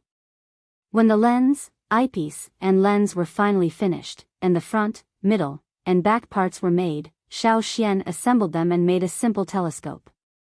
Xiao Xian tried to see the situation on the other side of the river. With the eyesight of many totem warriors, they could also see the scene on the other side of the river. However, with the help of binoculars, they could see more clearly. Unfortunately, Xiao Xian was still not satisfied with the result of polishing the lens. The image was not clear enough. This set of lenses could be used to make ground-based telescopes with a variety of magnification factors. All that was needed was to adjust the length of the central tube accordingly. However, Xiao Xian still had to continue improving the telescope if he wanted it to be more useful. In the future, he might even try to make a large aperture telescope. During this time, Old Ku had shown interest in making binoculars. After trying it out with stones, he practiced polishing with small opaque pieces that were knocked off from crystal clusters. Finally, he started trying to make a lens. Xiao Xian had explained the general principles to him. Old Ku didn't understand them, but as long as he knew what to do to get the best results, he could start working. In terms of precision, Old Ku was still better than Xiao Xian when it came to stone crafting. While Xiao Xian and Old Ku were working on polishing lenses, the expedition team returned. The expedition team didn't return before the snow. However, although it was snowing now, it wasn't too cold. Other than a few places near the shore, the rest of the river wasn't frozen. Occasionally, they could even see fishes with sharp teeth jumping out of the water. The expedition team had a mission. Other than trading, they also spread the news of the Flaming River trading point so that more people would know about it. This was the first reason. The second reason was that the expedition team had also investigated the movements of various parts of the mainland. This time, they brought back some special news. Not long after the expedition team returned, someone came to call Xiao Xian to the mountain for a meeting. When Xiao Xian arrived, Ta, who had led the team, was already sitting inside and talking to Ao and the rest. "Xian, we've been waiting for you. Come in." "What's that in your hand?" the shamaness asked. Xiao Xian passed the monocular to the shamaness. "I made a new toy." Ta, who was talking about what he had seen along the way, couldn't help but look over. The shamaness took the monocular and looked around. "What's it for?" "It's for seeing far away. However, this is only my first experiment. It's not perfect yet and there are many areas that need to be improved." Xiao Xian explained as he taught the shamaness how to use the monocular. After listening to Xiao Xian's explanation, the shamaness was interested. She stopped talking about the meeting and got up to walk to the window. She lifted the thick animal skin covering the window and used the monocular to look outside. The hall was located near the top of the mountain. After the disaster, the mountain had grown a lot taller. It was the tallest mountain in the vicinity. Therefore, one could see the situation in the distance from here. The window that the shaman had opened allowed one to see the other side of the river. It's amazing!" the shamaness exclaimed. Hearing this, the others couldn't sit still and wanted to come over to try. However, the shamaness kept the monocular and pressed her hand down. "There's no rush. Let's talk about business first." After that, the shamaness closed the animal skin curtain and walked back to sit down. Before she could sit properly, the monocular was snatched away by the old lady beside her. However, the old lady maintained her composure and didn't immediately walk to the window to look. She studied the monocular for a while before grabbing it and placing it on her lap. The others looked away from the monocular in the old lady's hand. They suppressed their curiosity and started talking about business. Ta told everyone about the results of this trip. The expedition team also followed Xiao Xian's instructions and spread the news about the Flaming River trading point. However, what surprised him the most was the desert that Xiao Xian mentioned. Indeed, due to the disaster, the two continents were closer to each other. However, the closest place to each other was the desert. This made Xiao Xian wonder if the slave masters chose to settle down in the desert because they were waiting for this day. "This time, I was at the trading point and heard some news. I'm sure everyone still remembers the slave masters and slaves that appeared when we fought with Wanshur, right?" Ta said with a serious expression, his eyes filled with suspicion. "Yes, other than the ruler of the desert, Rock Hill City, there were also the defeated slave masters and slaves that were forced out of the desert by Rock Hill City. These people brought their slaves and wandered around. After destroying Wanshur, Xiao Xian also heard some news about them. These slave masters didn't have a good time against the tribesmen. They could only bully the people from the smaller tribes. If it was a battle between tribes, the other tribes wouldn't interfere. However, if the slave masters had the intention to rob someone, the central tribes wouldn't let them go. Hence, even if they were lucky enough to survive, these slave masters didn't have a good life. For the slave masters who had enjoyed a luxurious life, life was not good. Now that they heard that the two continents were close to each other, these slave masters who didn't have a good life wanted to sneak back into the desert and find a way to go to the other continent. Since they didn't have a good life here, they might as well go to another place. Maybe they could live a better life and regain their confidence. With such expectations, the slave masters who wandered around brought their slaves and sneaked back into the desert. Not long after, only a few seriously injured people came out of the desert. Every one of them looked terrified and spoke crazily, as if they had suffered a great shock. A travel team that passed by the desert met them and heard the news from them. Those people said that there were some monsters in the desert. "Monsters in human form," Ta said in a low voice. "Monsters in human form?" Xiao Xian was puzzled. "That's right. Those who were lucky enough to escape died not long after. It said that none of the slave masters and slaves who entered the desert came out alive. No one knows what is happening in the desert now." Tower told him the information he had obtained during this long journey. "Those monsters in human form, have they gone outside the desert?" Xiao Xian asked. Ta shook his head. "Never heard of it." The house fell silent as they pondered the authenticity of this news. "Then should we be on guard? What if those people, monsters, come out?" Duokan said. "Maybe it's the people from Rock Hill City?" Ao guessed. "That's possible. If those monsters in human form are true, it's most likely related to Rock Hill City. However, Rock Hill City's main target is the other side of the sea. They shouldn't affect us in the short term." Xiao Xian said, "Instead of worrying about that, why don't we use this opportunity to change the Flaming River region?"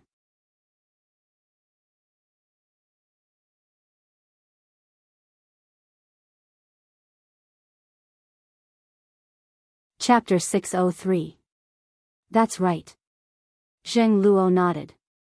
"Even if something happens in the desert, we can't do anything now. Why don't we use this opportunity to develop? We want to establish our position as the largest tribe in the Flaming River region. We don't have to worry about the desert. Even if something happens there, they'll fight their own battles and we'll do our own. The two shamans agreed. There's one more thing, the shaman said, after this winter, Yanjiao will have to make some changes. Xiao Xian knew what the shaman meant by changes. Actually, after the destruction of Wanshi, the tribe had been looking for a chance to make changes. After all, a tribe couldn't have two chiefs and two shamans forever if they wanted to continue developing. After the division of power, the people in the tribe would feel divided. It would be hard to make a decision on anything. Now that the disaster was over, they were sure to live here for a long time. The new chief and shaman would be appointed soon. Of course, Guizhe would take over as the new shaman.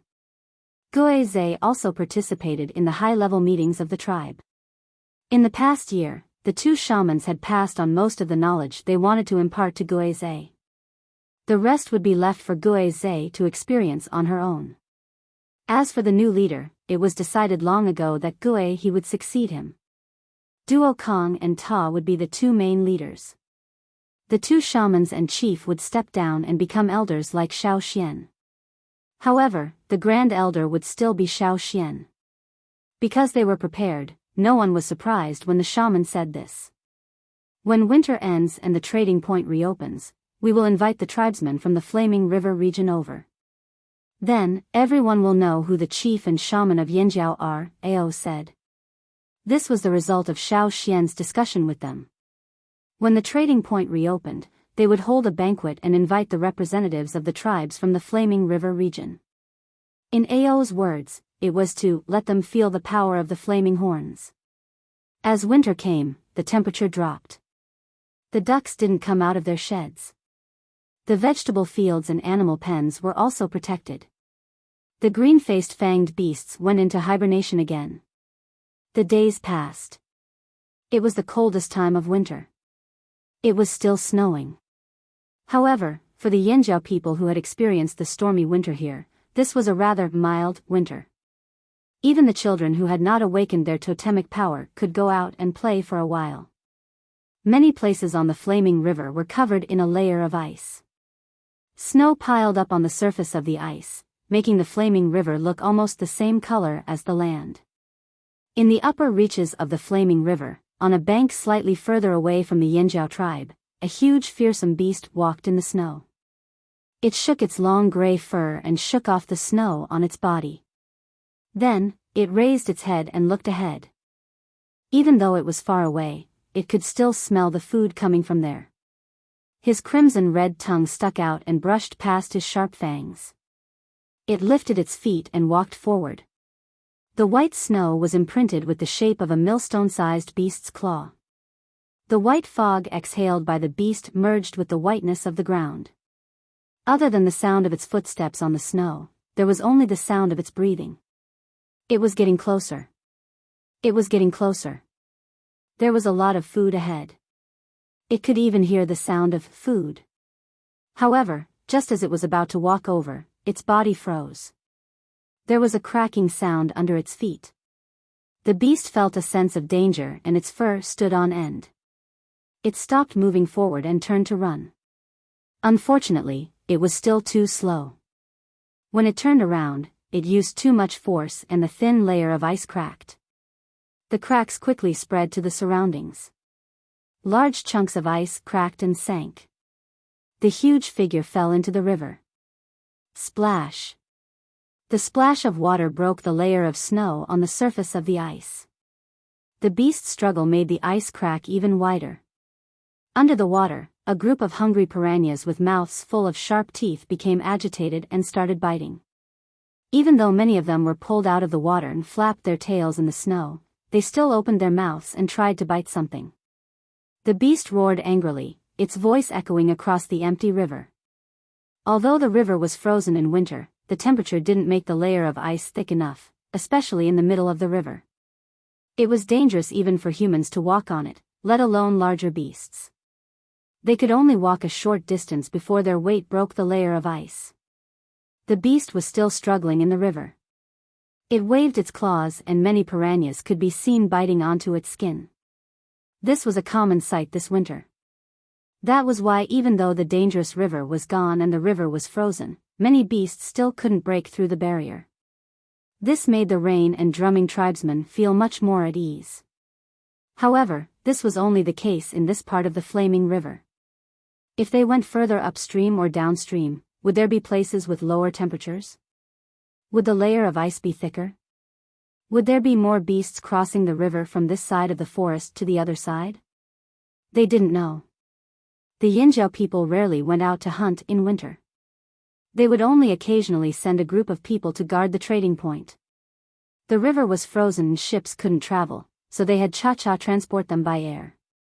The two sides of the river weren't far apart anyway, so they could make a few trips back and forth. Xiao Xian had thought of making some transport by air, like gliders and hot air balloons. However, although there weren't continuous strong winds in winter, there would be some from time to time. No matter what, the safest way was to have Cha-Cha transport them by air. Xiao Xian spent most of his time at home polishing lenses with old Ku. Today, Xiao Xian was polishing lenses when someone came to report. The shaman of the drumming tribe is here. The shaman of the drumming tribe? Xiao Xian put down the things in his hands and asked the soldier. He didn't go up the mountain to look for the chief and shaman. He did, but he said he was looking for you, Grand Elder, said the soldier. Xiao Xian didn't know why the shaman of the drumming tribe was here at this time, so he asked for the location and walked down the mountain. Other than the meeting hall on the mountain, there was another one at the foot of the mountain. Most of the time, people from the other side of the river would meet there to discuss matters. At this time, the shaman of the drumming tribe was already waiting there. Before Xiao Xian walked into the stone house, he sensed something and looked up at the river. The shaman of the drumming tribe didn't come here on a raft because many parts of the river were frozen. He came here on a crocodile. Xiao Xian thought that the crocodiles would find a place to hibernate and wouldn't come out in this cold weather. He hadn't seen any crocodiles in the past few days. Most reptiles didn't like cold weather. He didn't expect there to be something special. On the surface of the river covered with a layer of snow, there was a long path in the middle of the river. A crocodile's head rested on the ice, facing this way. When Xiao Xian looked over, the crocodile's closed eyes opened. Although they were a little far away, Xiao Xian could still see the dark brown irises in its eyes. Looking away, Xiao Xian opened the door and walked into the stone house. In the house, the shaman of the drumming tribe was sitting by the fire, holding a shining crystal in his hand. That crystal wasn't a water moon stone, but a stone similar to water moon stones that Xiao Xian brought over from the other side of the sea.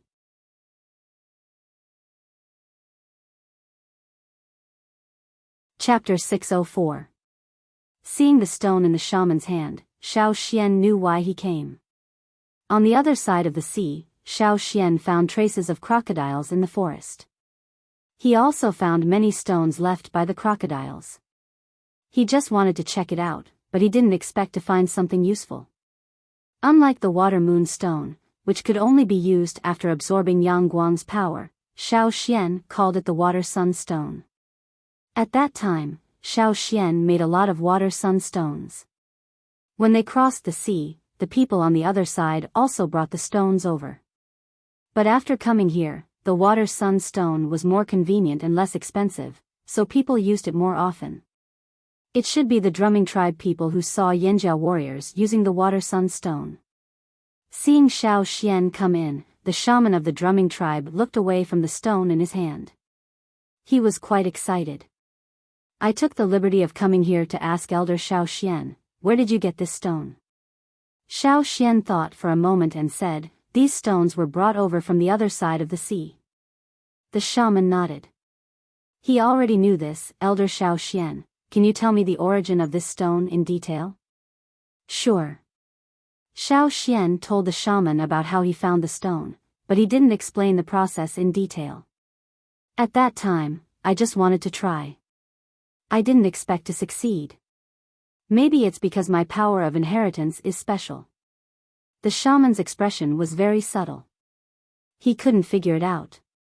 He could understand finding a stone left by crocodiles in a distant place. After all, crocodiles weren't the only ones in the drumming tribe. There were groups of crocodiles in many places. But how did Xiao Xian, a Yanjiao man, make this stone? Wasn't it exclusive to the drumming tribe? But Xiao Xian wouldn't tell his secret.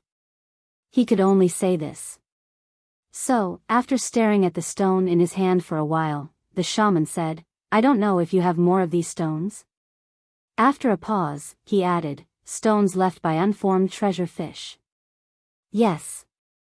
Can I borrow?" Cough. The shaman of the drumming tribe suddenly remembered that his tribe had a huge debt.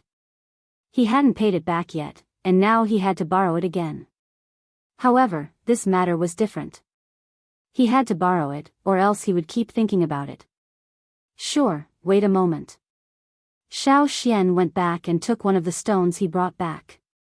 When he decided to cross the sea, Xiao Xian brought a few raw stones with him. Since the shaman of the drumming tribe wanted to have a look, there was no harm in giving them one. Holding the stone that Xiao Xian handed over, the shaman of the drumming tribe carefully observed it. Although the shape was similar, he could feel that it was not left behind by the crocodiles of their tribe. There was a strange smell on it that they could recognize. However, they were closer to the crocodiles after all. Even though they knew that it was an unfamiliar aura, they did not reject it. "This. Can I borrow it for a few days?" The drumming shaman asked carefully. There was nothing he could do about it. In front of his creditor, he was always short of breath. "No problem." Xiao Xian did not mind. "Thank you." The shaman of the drumming tribe thanked him sincerely. Then, he carefully put the stone into his pouch. He thought of something and looked at Xiao Xian. "Elder Xiao Xian, you said that you changed the stone left behind by Biyao?" "Yes." "You didn't use the power of the fire seed? I mean, you did it with your own ability?" "Yes."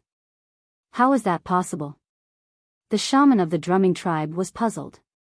The drumming tribe only produced water moon stones when the moon was full. Under the stimulation of the fire seed, the stones would form in the water moon passage. But why would something like what Xiao Xian said happen? If they didn't see the stone that was different from the water moon stone, they wouldn't have believed it. Before leaving, the shaman of the drumming tribe asked a question. He didn't expect to get an answer, but he couldn't help but ask. "I didn't feel Yanjiao's fire seed. Did something happen?" Ever since the day they moved here from Yanjiao, the drumming tribe didn't feel any suppression or rejection from the fire seed. At first, they didn't notice it.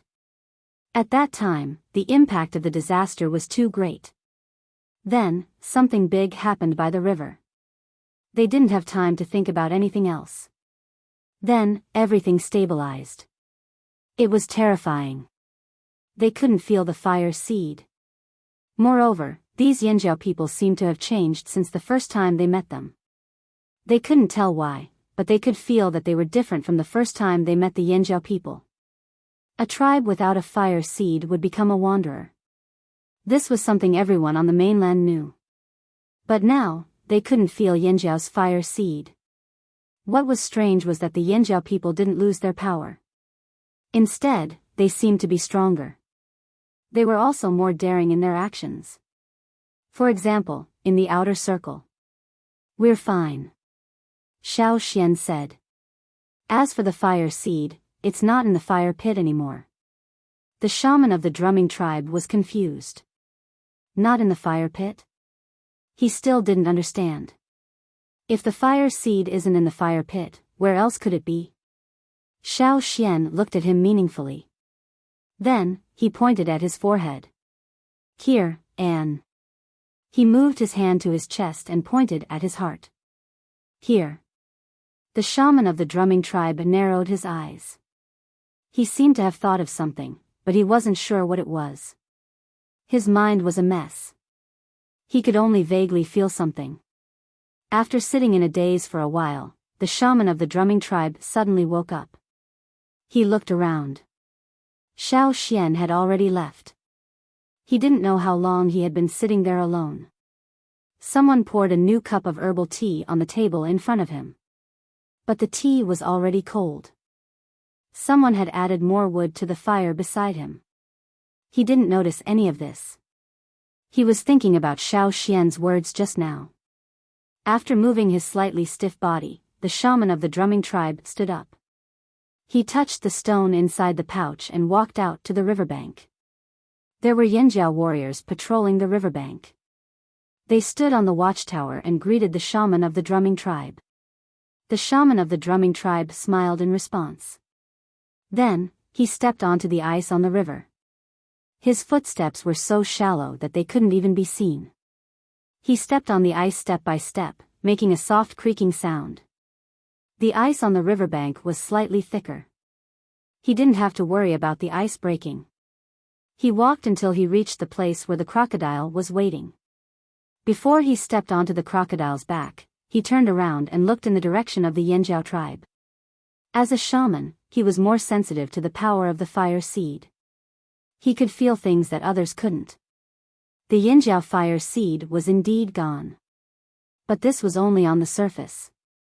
He could feel the burning heat of the Yanjiao fire seed in places that people couldn't see. It was there, on that mountain, everywhere. Thinking back to what Xiao Xian said in the stone house, the shaman of the drumming tribe took a deep breath and stepped onto the crocodile's back. The back of the crocodile, which was more than 10 meters long, surfaced from the water. Its swaying tail left ripples in the water. Under the water, there were some unwilling piranhas wandering around, but they didn't come close. The shaman of the drumming tribe looked in the direction of his tribe. He was deep in thought. The Yanjiao people seemed to have chosen a different path. How would the drumming tribe choose?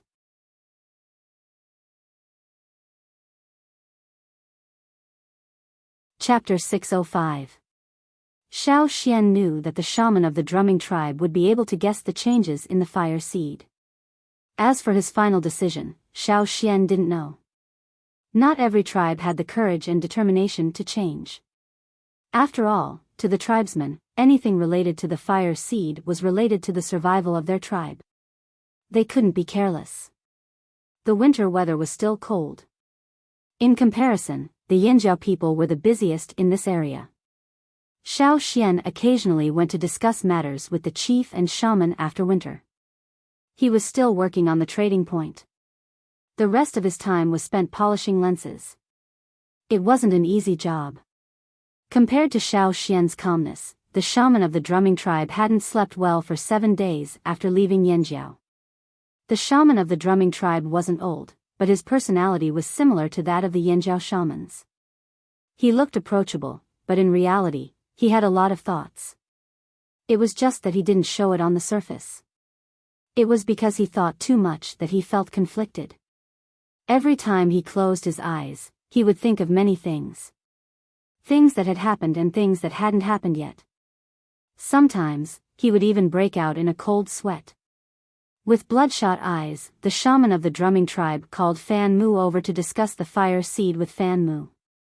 A few days passed. The drumming tribe was like a hibernating crocodile that rarely went out. It was very quiet. Everyone was too lazy to move in their own houses. Creak, the shaman of the drumming tribe walked out of the house with Fan Mu and a few other elders. The wood under their feet creaked when they stepped on it. The people who came out of the house all had a solemn aura. Even Yang Guang, who rarely came out in the winter, seemed much colder. Since we've decided, I'll go to Yanjiao with Fan Mu. The shaman of the drumming tribe looked across the flaming river and sighed. His worried gaze became determined. For thousands of years, the drumming tribe seemed peaceful, but there were many hidden dangers. The shaman and chief of the drumming tribe knew the dangers. Actually, 200 years ago, the shaman of the drumming tribe wanted to change, but he didn't know where to start because he didn't know how. And now, when they took over the leadership, they finally saw the opportunity. Therefore, on the 15th day after the shaman of the drumming tribe left Yanjiao, Xiao Xian met the shaman of the opposite tribe at the foot of the mountain again. At the same time, the chief of the drumming tribe, Fan Mu, was also there. Actually, Xiao Xian was also thinking about what decision the drumming tribe would make. No matter what they chose, they needed time to consider. But Xiao Xian didn't expect the people of the drumming tribe to make a decision in just 15 days. When Yang Sui of the Rain tribe learned about the fire seed, he had been thinking about it until now. He was still hesitating. After sitting down, the shaman of the drumming tribe spoke his mind about the fire seed. I hope Elder Xiao Xian can tell us more about it. Xiao Xian stared at the two people across the table for 2 seconds. He didn't keep them in suspense. The people of the drumming tribe preferred to be direct and decisive. They didn't like to beat around the bush, which was similar to Yanjiao. However, Xiao Xian didn't tell them about the change of the fire seed immediately. Instead, he explained some things first. They had to know about it sooner or later. On the other side of the sea, there are some slave owners. No, there are many slave owners. I believe you've heard about this from the warriors of Yanjiao. The shaman and Fan Mu of the drumming tribe nodded. Ever since they arrived from Yanjiao, there had been a lot of communication between the two tribes. Many things couldn't be hidden forever. Not everyone was so tight-lipped. If they talked too much, they might accidentally let the cat out of the bag. Moreover, there were people of the Rain tribe. Some of the people of the drumming tribe already knew that some people from Yanjiao came from the other side of the sea. There are also many tribes on the other side of the sea, but they are different from here. They don't have a fire seed. At this point, Xiao Xian noticed an inexplicable light flashing in the eyes of the two people across the table. A long time ago, the tribes on the other side also had a fire seed. They called it the primitive fire seed. But later, they all chose to merge the fire seed, which is what we do in Yanjiao today. After a pause, Xiao Xian continued, I can roughly guess your decision. But, for the sake of our friendship, there are some things I need to remind you of. The people of the Rain tribe knew about the fire seed long ago, but they didn't choose to change it because there were also difficulties in doing so. Tribesmen gathered together because of the fire seed, because the fire seed is everything. If the fire seed exists, the tribe exists. If the fire seed is extinguished, the tribe will die. But if there is no fire seed, even if the fire seed is not extinguished, it will be scattered. The power that brought the tribesmen together will also disappear. Some tribes on the other side of the sea will disappear. They are not like the wanderers on our side. They are scattered, but their power is still there. They will fight on their own and no longer gather together. With such concerns, do you still choose to do this? Xiao Xian looked at the other side. Fan Mu frowned. He didn't control his emotions as well as the shaman. It could be seen that he was also in a mess. But he still didn't change his mind. The shaman of the drumming tribe said slowly, in fact, I have also considered this. But I believe that we, the people of the drumming tribe, will not be easily shaken. No matter what the form of the fire seed is, the people of the drumming tribe will always be together. Xiao Xian made a comparison and nodded in his heart. Wasn't that right? The people of the drumming tribe were not as hesitant as the people of the Rain tribe. They were more united, and their core was more cohesive. Under the seemingly fierce appearance, they actually had the heart of an otaku. The probability of people dispersing was much higher in the Rain tribe than in the drumming tribe. Xiao Xian had known the people of the drumming tribe for a long time. Although he didn't really spend much time with them, he could infer some things.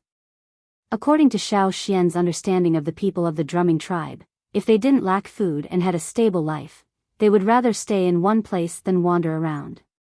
Sometimes they would want to go out and see the world, but most of the time, they would stay in the same place. Even if they had the water moon stone, which was almost used as a universal currency, they would never have other thoughts. The drumming tribe did have some hidden problems, perhaps more than what Xiao Xian knew.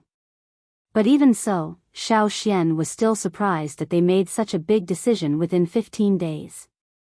Have you really made up your mind? Xiao Xian asked again. Yes. Fan Mu patted the table as if to encourage himself. Then he stood up and bowed seriously to Xiao Xian with the etiquette of the drumming tribe. I hope Elder Xiao Xian can tell us. As he spoke, Fan Mu took out an animal skin roll from his animal skin coat and handed it to Xiao Xian. It was a promise and an oath. Any request had a price, and what was written on it was the decision made by the drumming tribe's senior leaders after discussion. Xiao Xian glanced at it and put it away. I'll discuss this with our Yinjiao shaman and chief, and I'll tell you the final decision. Thank you. The shaman of the drumming tribe and the chief, Fan Mu, bowed to Xiao Xian seriously again. Tribesmen's bows were not as pleasing to the eye as those pretentious slave masters, but they were more direct and serious.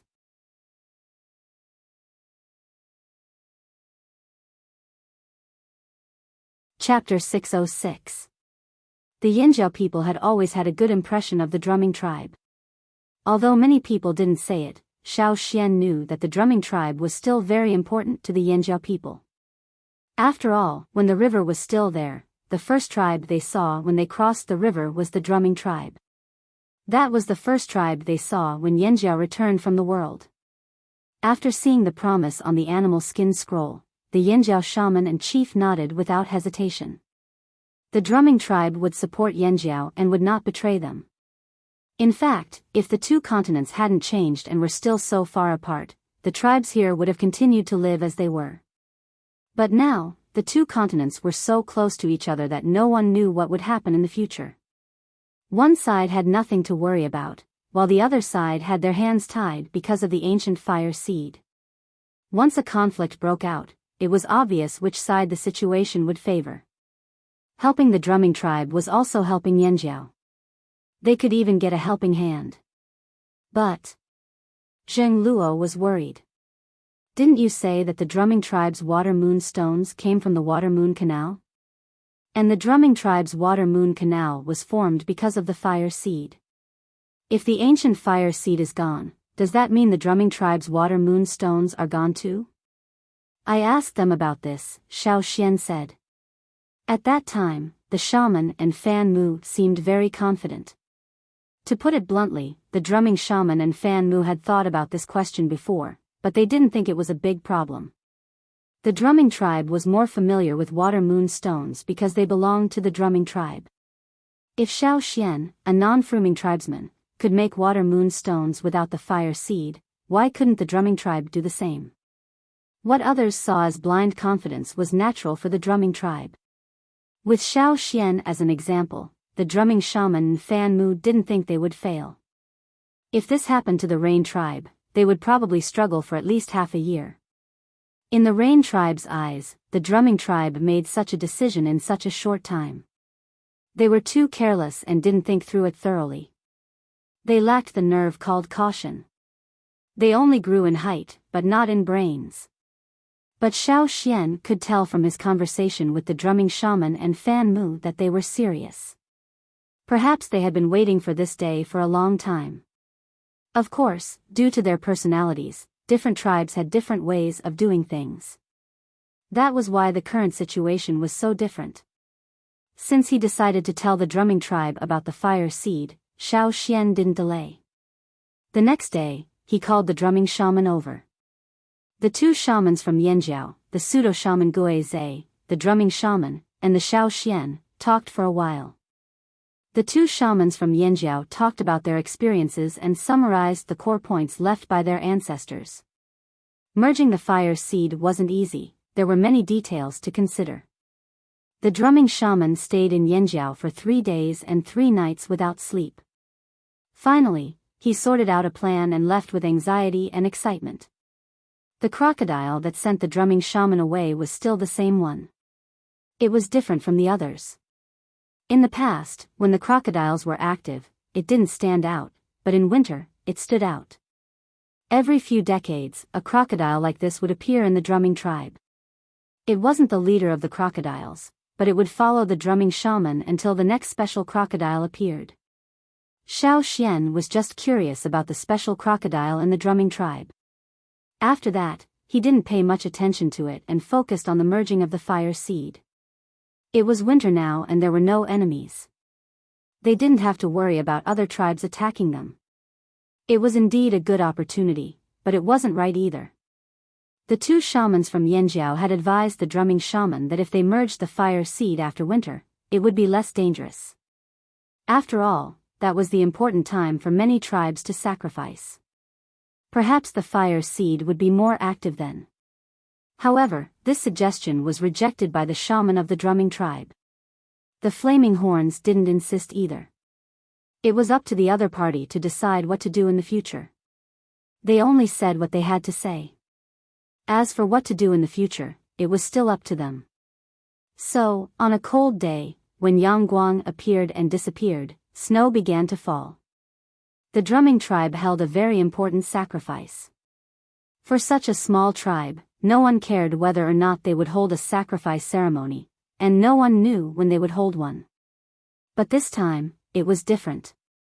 In the falling snow, a white flame surged and a brown crocodile appeared in the air. It was just a shadow, the totem of the drumming tribe. The brown crocodile was surrounded by a circle of white flame, which made it even colder in the snow. Across the river, Xiao Xian could hear the crocodiles that were supposed to be hibernating.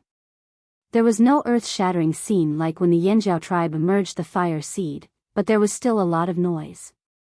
At least all the tribes living nearby could feel the strong change in the fire seed. The fire seed of a foreign tribe was too strong. As long as one was alive, they could feel it. Unless they were in hibernation, they couldn't ignore it. What's going on? Yang Sui, who was wrapped in animal skin and drinking soup beside the fire, dropped the bowl of soup on the ground. He didn't care about the animal skin and jumped up like a spring. He opened the door and rushed out.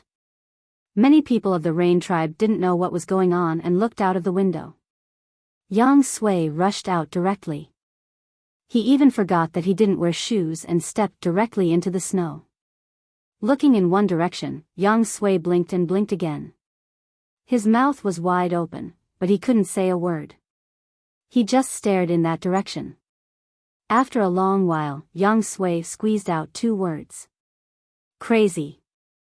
Others might not know what was going on, but as a shaman, Yang Sui could clearly feel the changes in the fire seed. He had even simulated similar scenes countless times in his mind. However, he always simulated his own tribe. But now, the Rain tribe wasn't the one that was experiencing the changes. It was too sudden. He didn't expect that someone could make such a decision before them. The Rain tribe was the first to contact the Yanjiao tribe. In addition to the Yanjiao tribe, the Rain tribe was also the first to have the idea of merging the fire seed.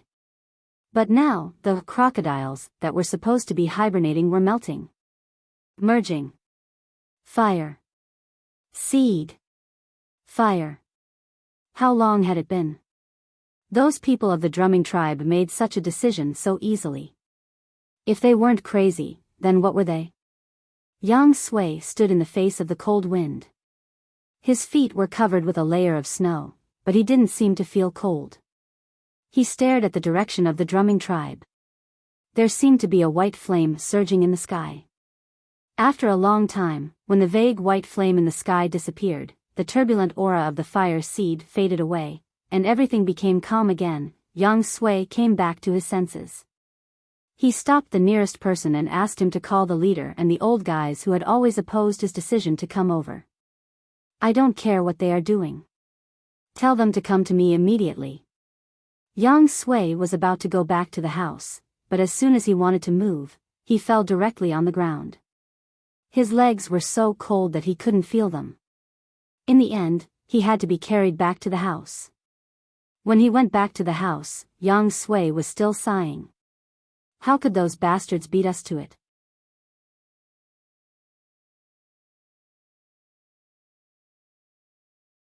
Chapter 607. The drumming tribe's actions made Yang Sui's wavering heart firm up. Although he didn't know why the crocodiles would suddenly make such a hasty decision, he had a feeling that it was worth it when the fire seed of the drumming tribe was in turmoil. After dragging it out for so long, Yang Sui didn't have the patience to wait any longer. Now was the time to solve this problem while everyone was resting. When the Rain tribe gathered their people to discuss, the people of the other tribes nearby felt the change, but they didn't know why there was such a big movement. Some of the more timid ones even gave up their original plans to go out and hit at home, afraid that another destructive event would happen.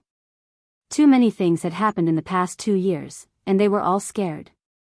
They should have succeeded, Xiao Xian said as he stood on the mountain, looking at the drumming tribe on the other side of the river. Yes.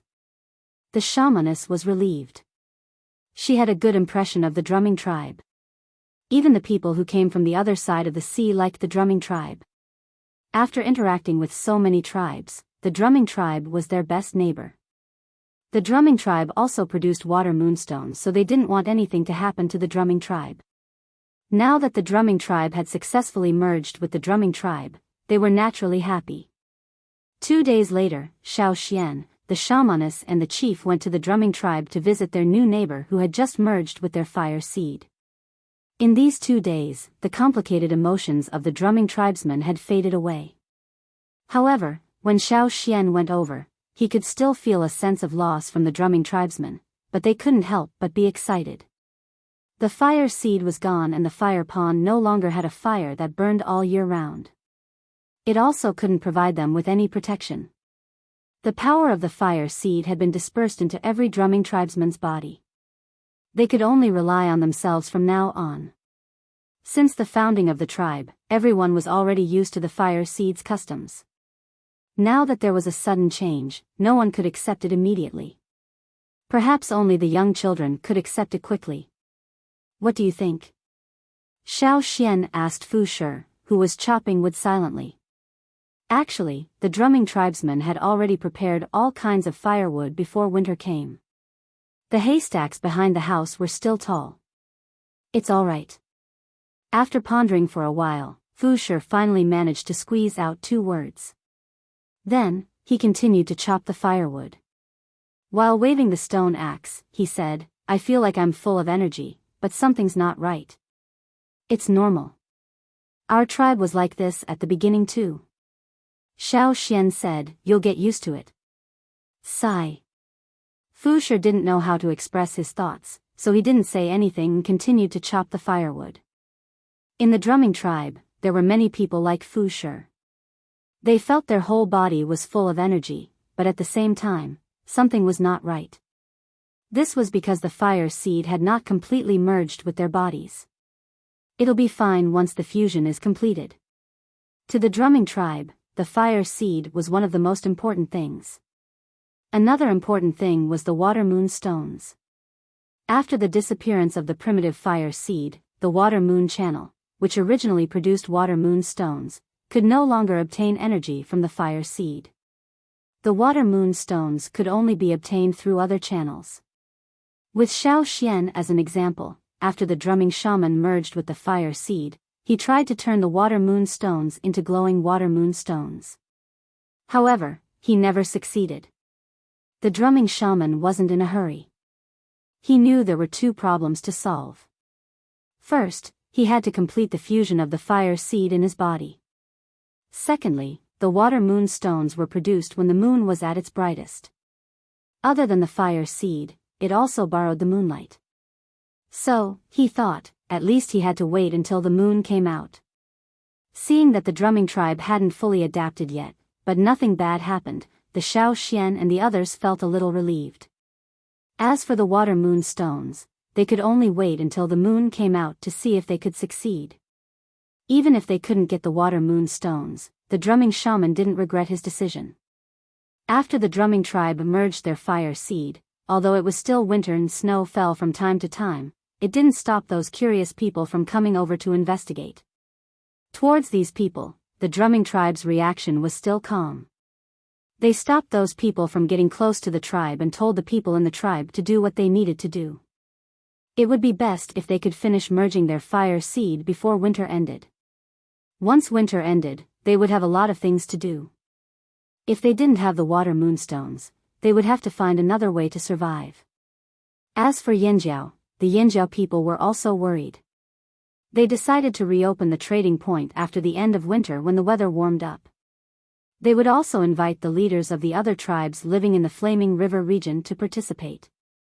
However, after thinking about it, they felt that their original plan was far from enough. In other words, they felt that this wasn't enough to show off Yanjiao's strength.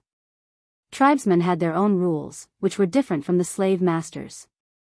Perhaps many people on the other side of the sea couldn't understand these rules, but here it was.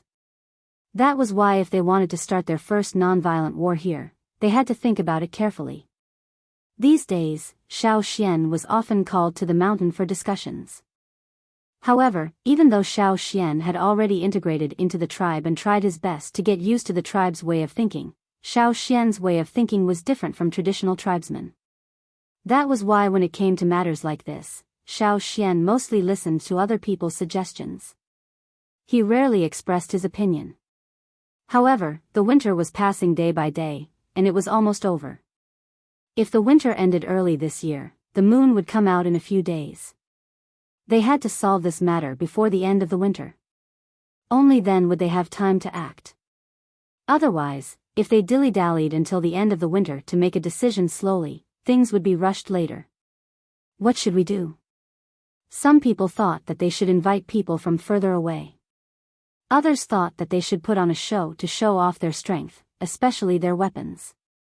However, there were different voices of disagreement. Seeing the people in the room arguing, Xiao Xian thought of something. He turned to the shamaness and said, "Why don't we have a show-off feast?"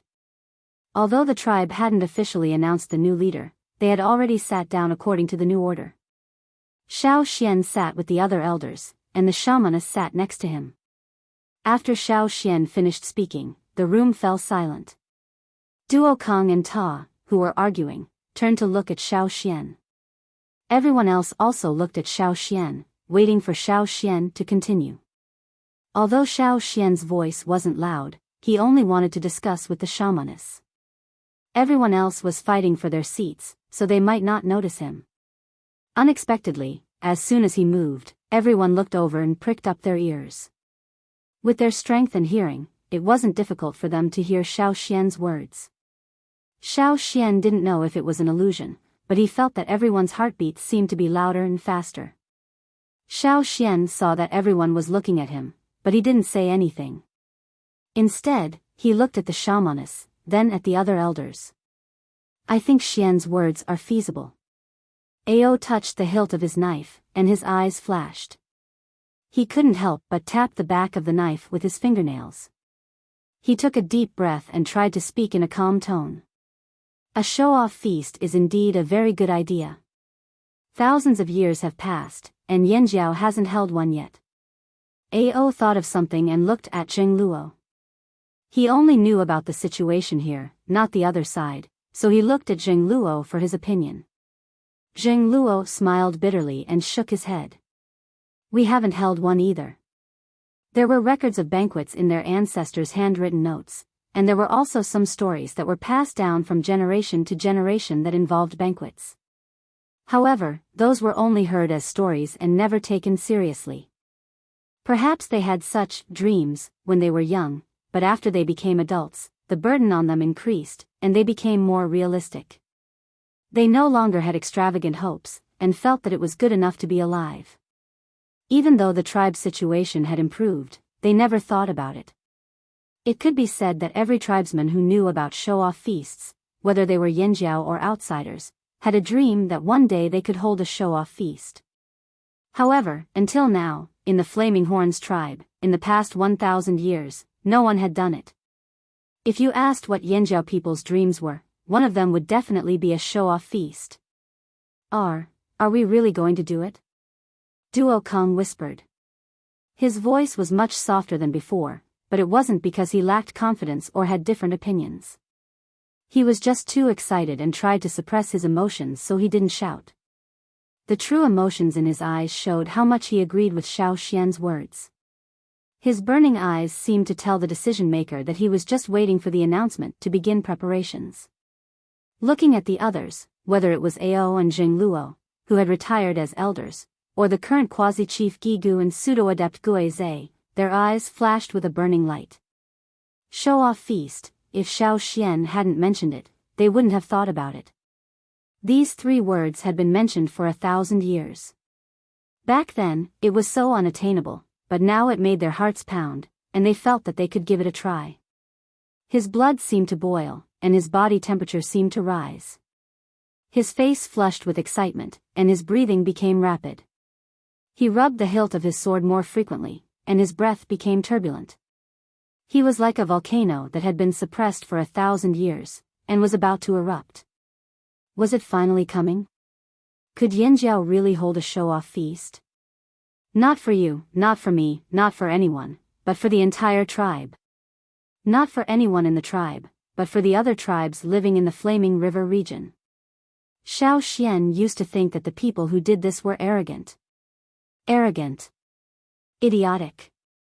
But now, Xiao Xian could understand the feelings and thoughts of the other tribesmen.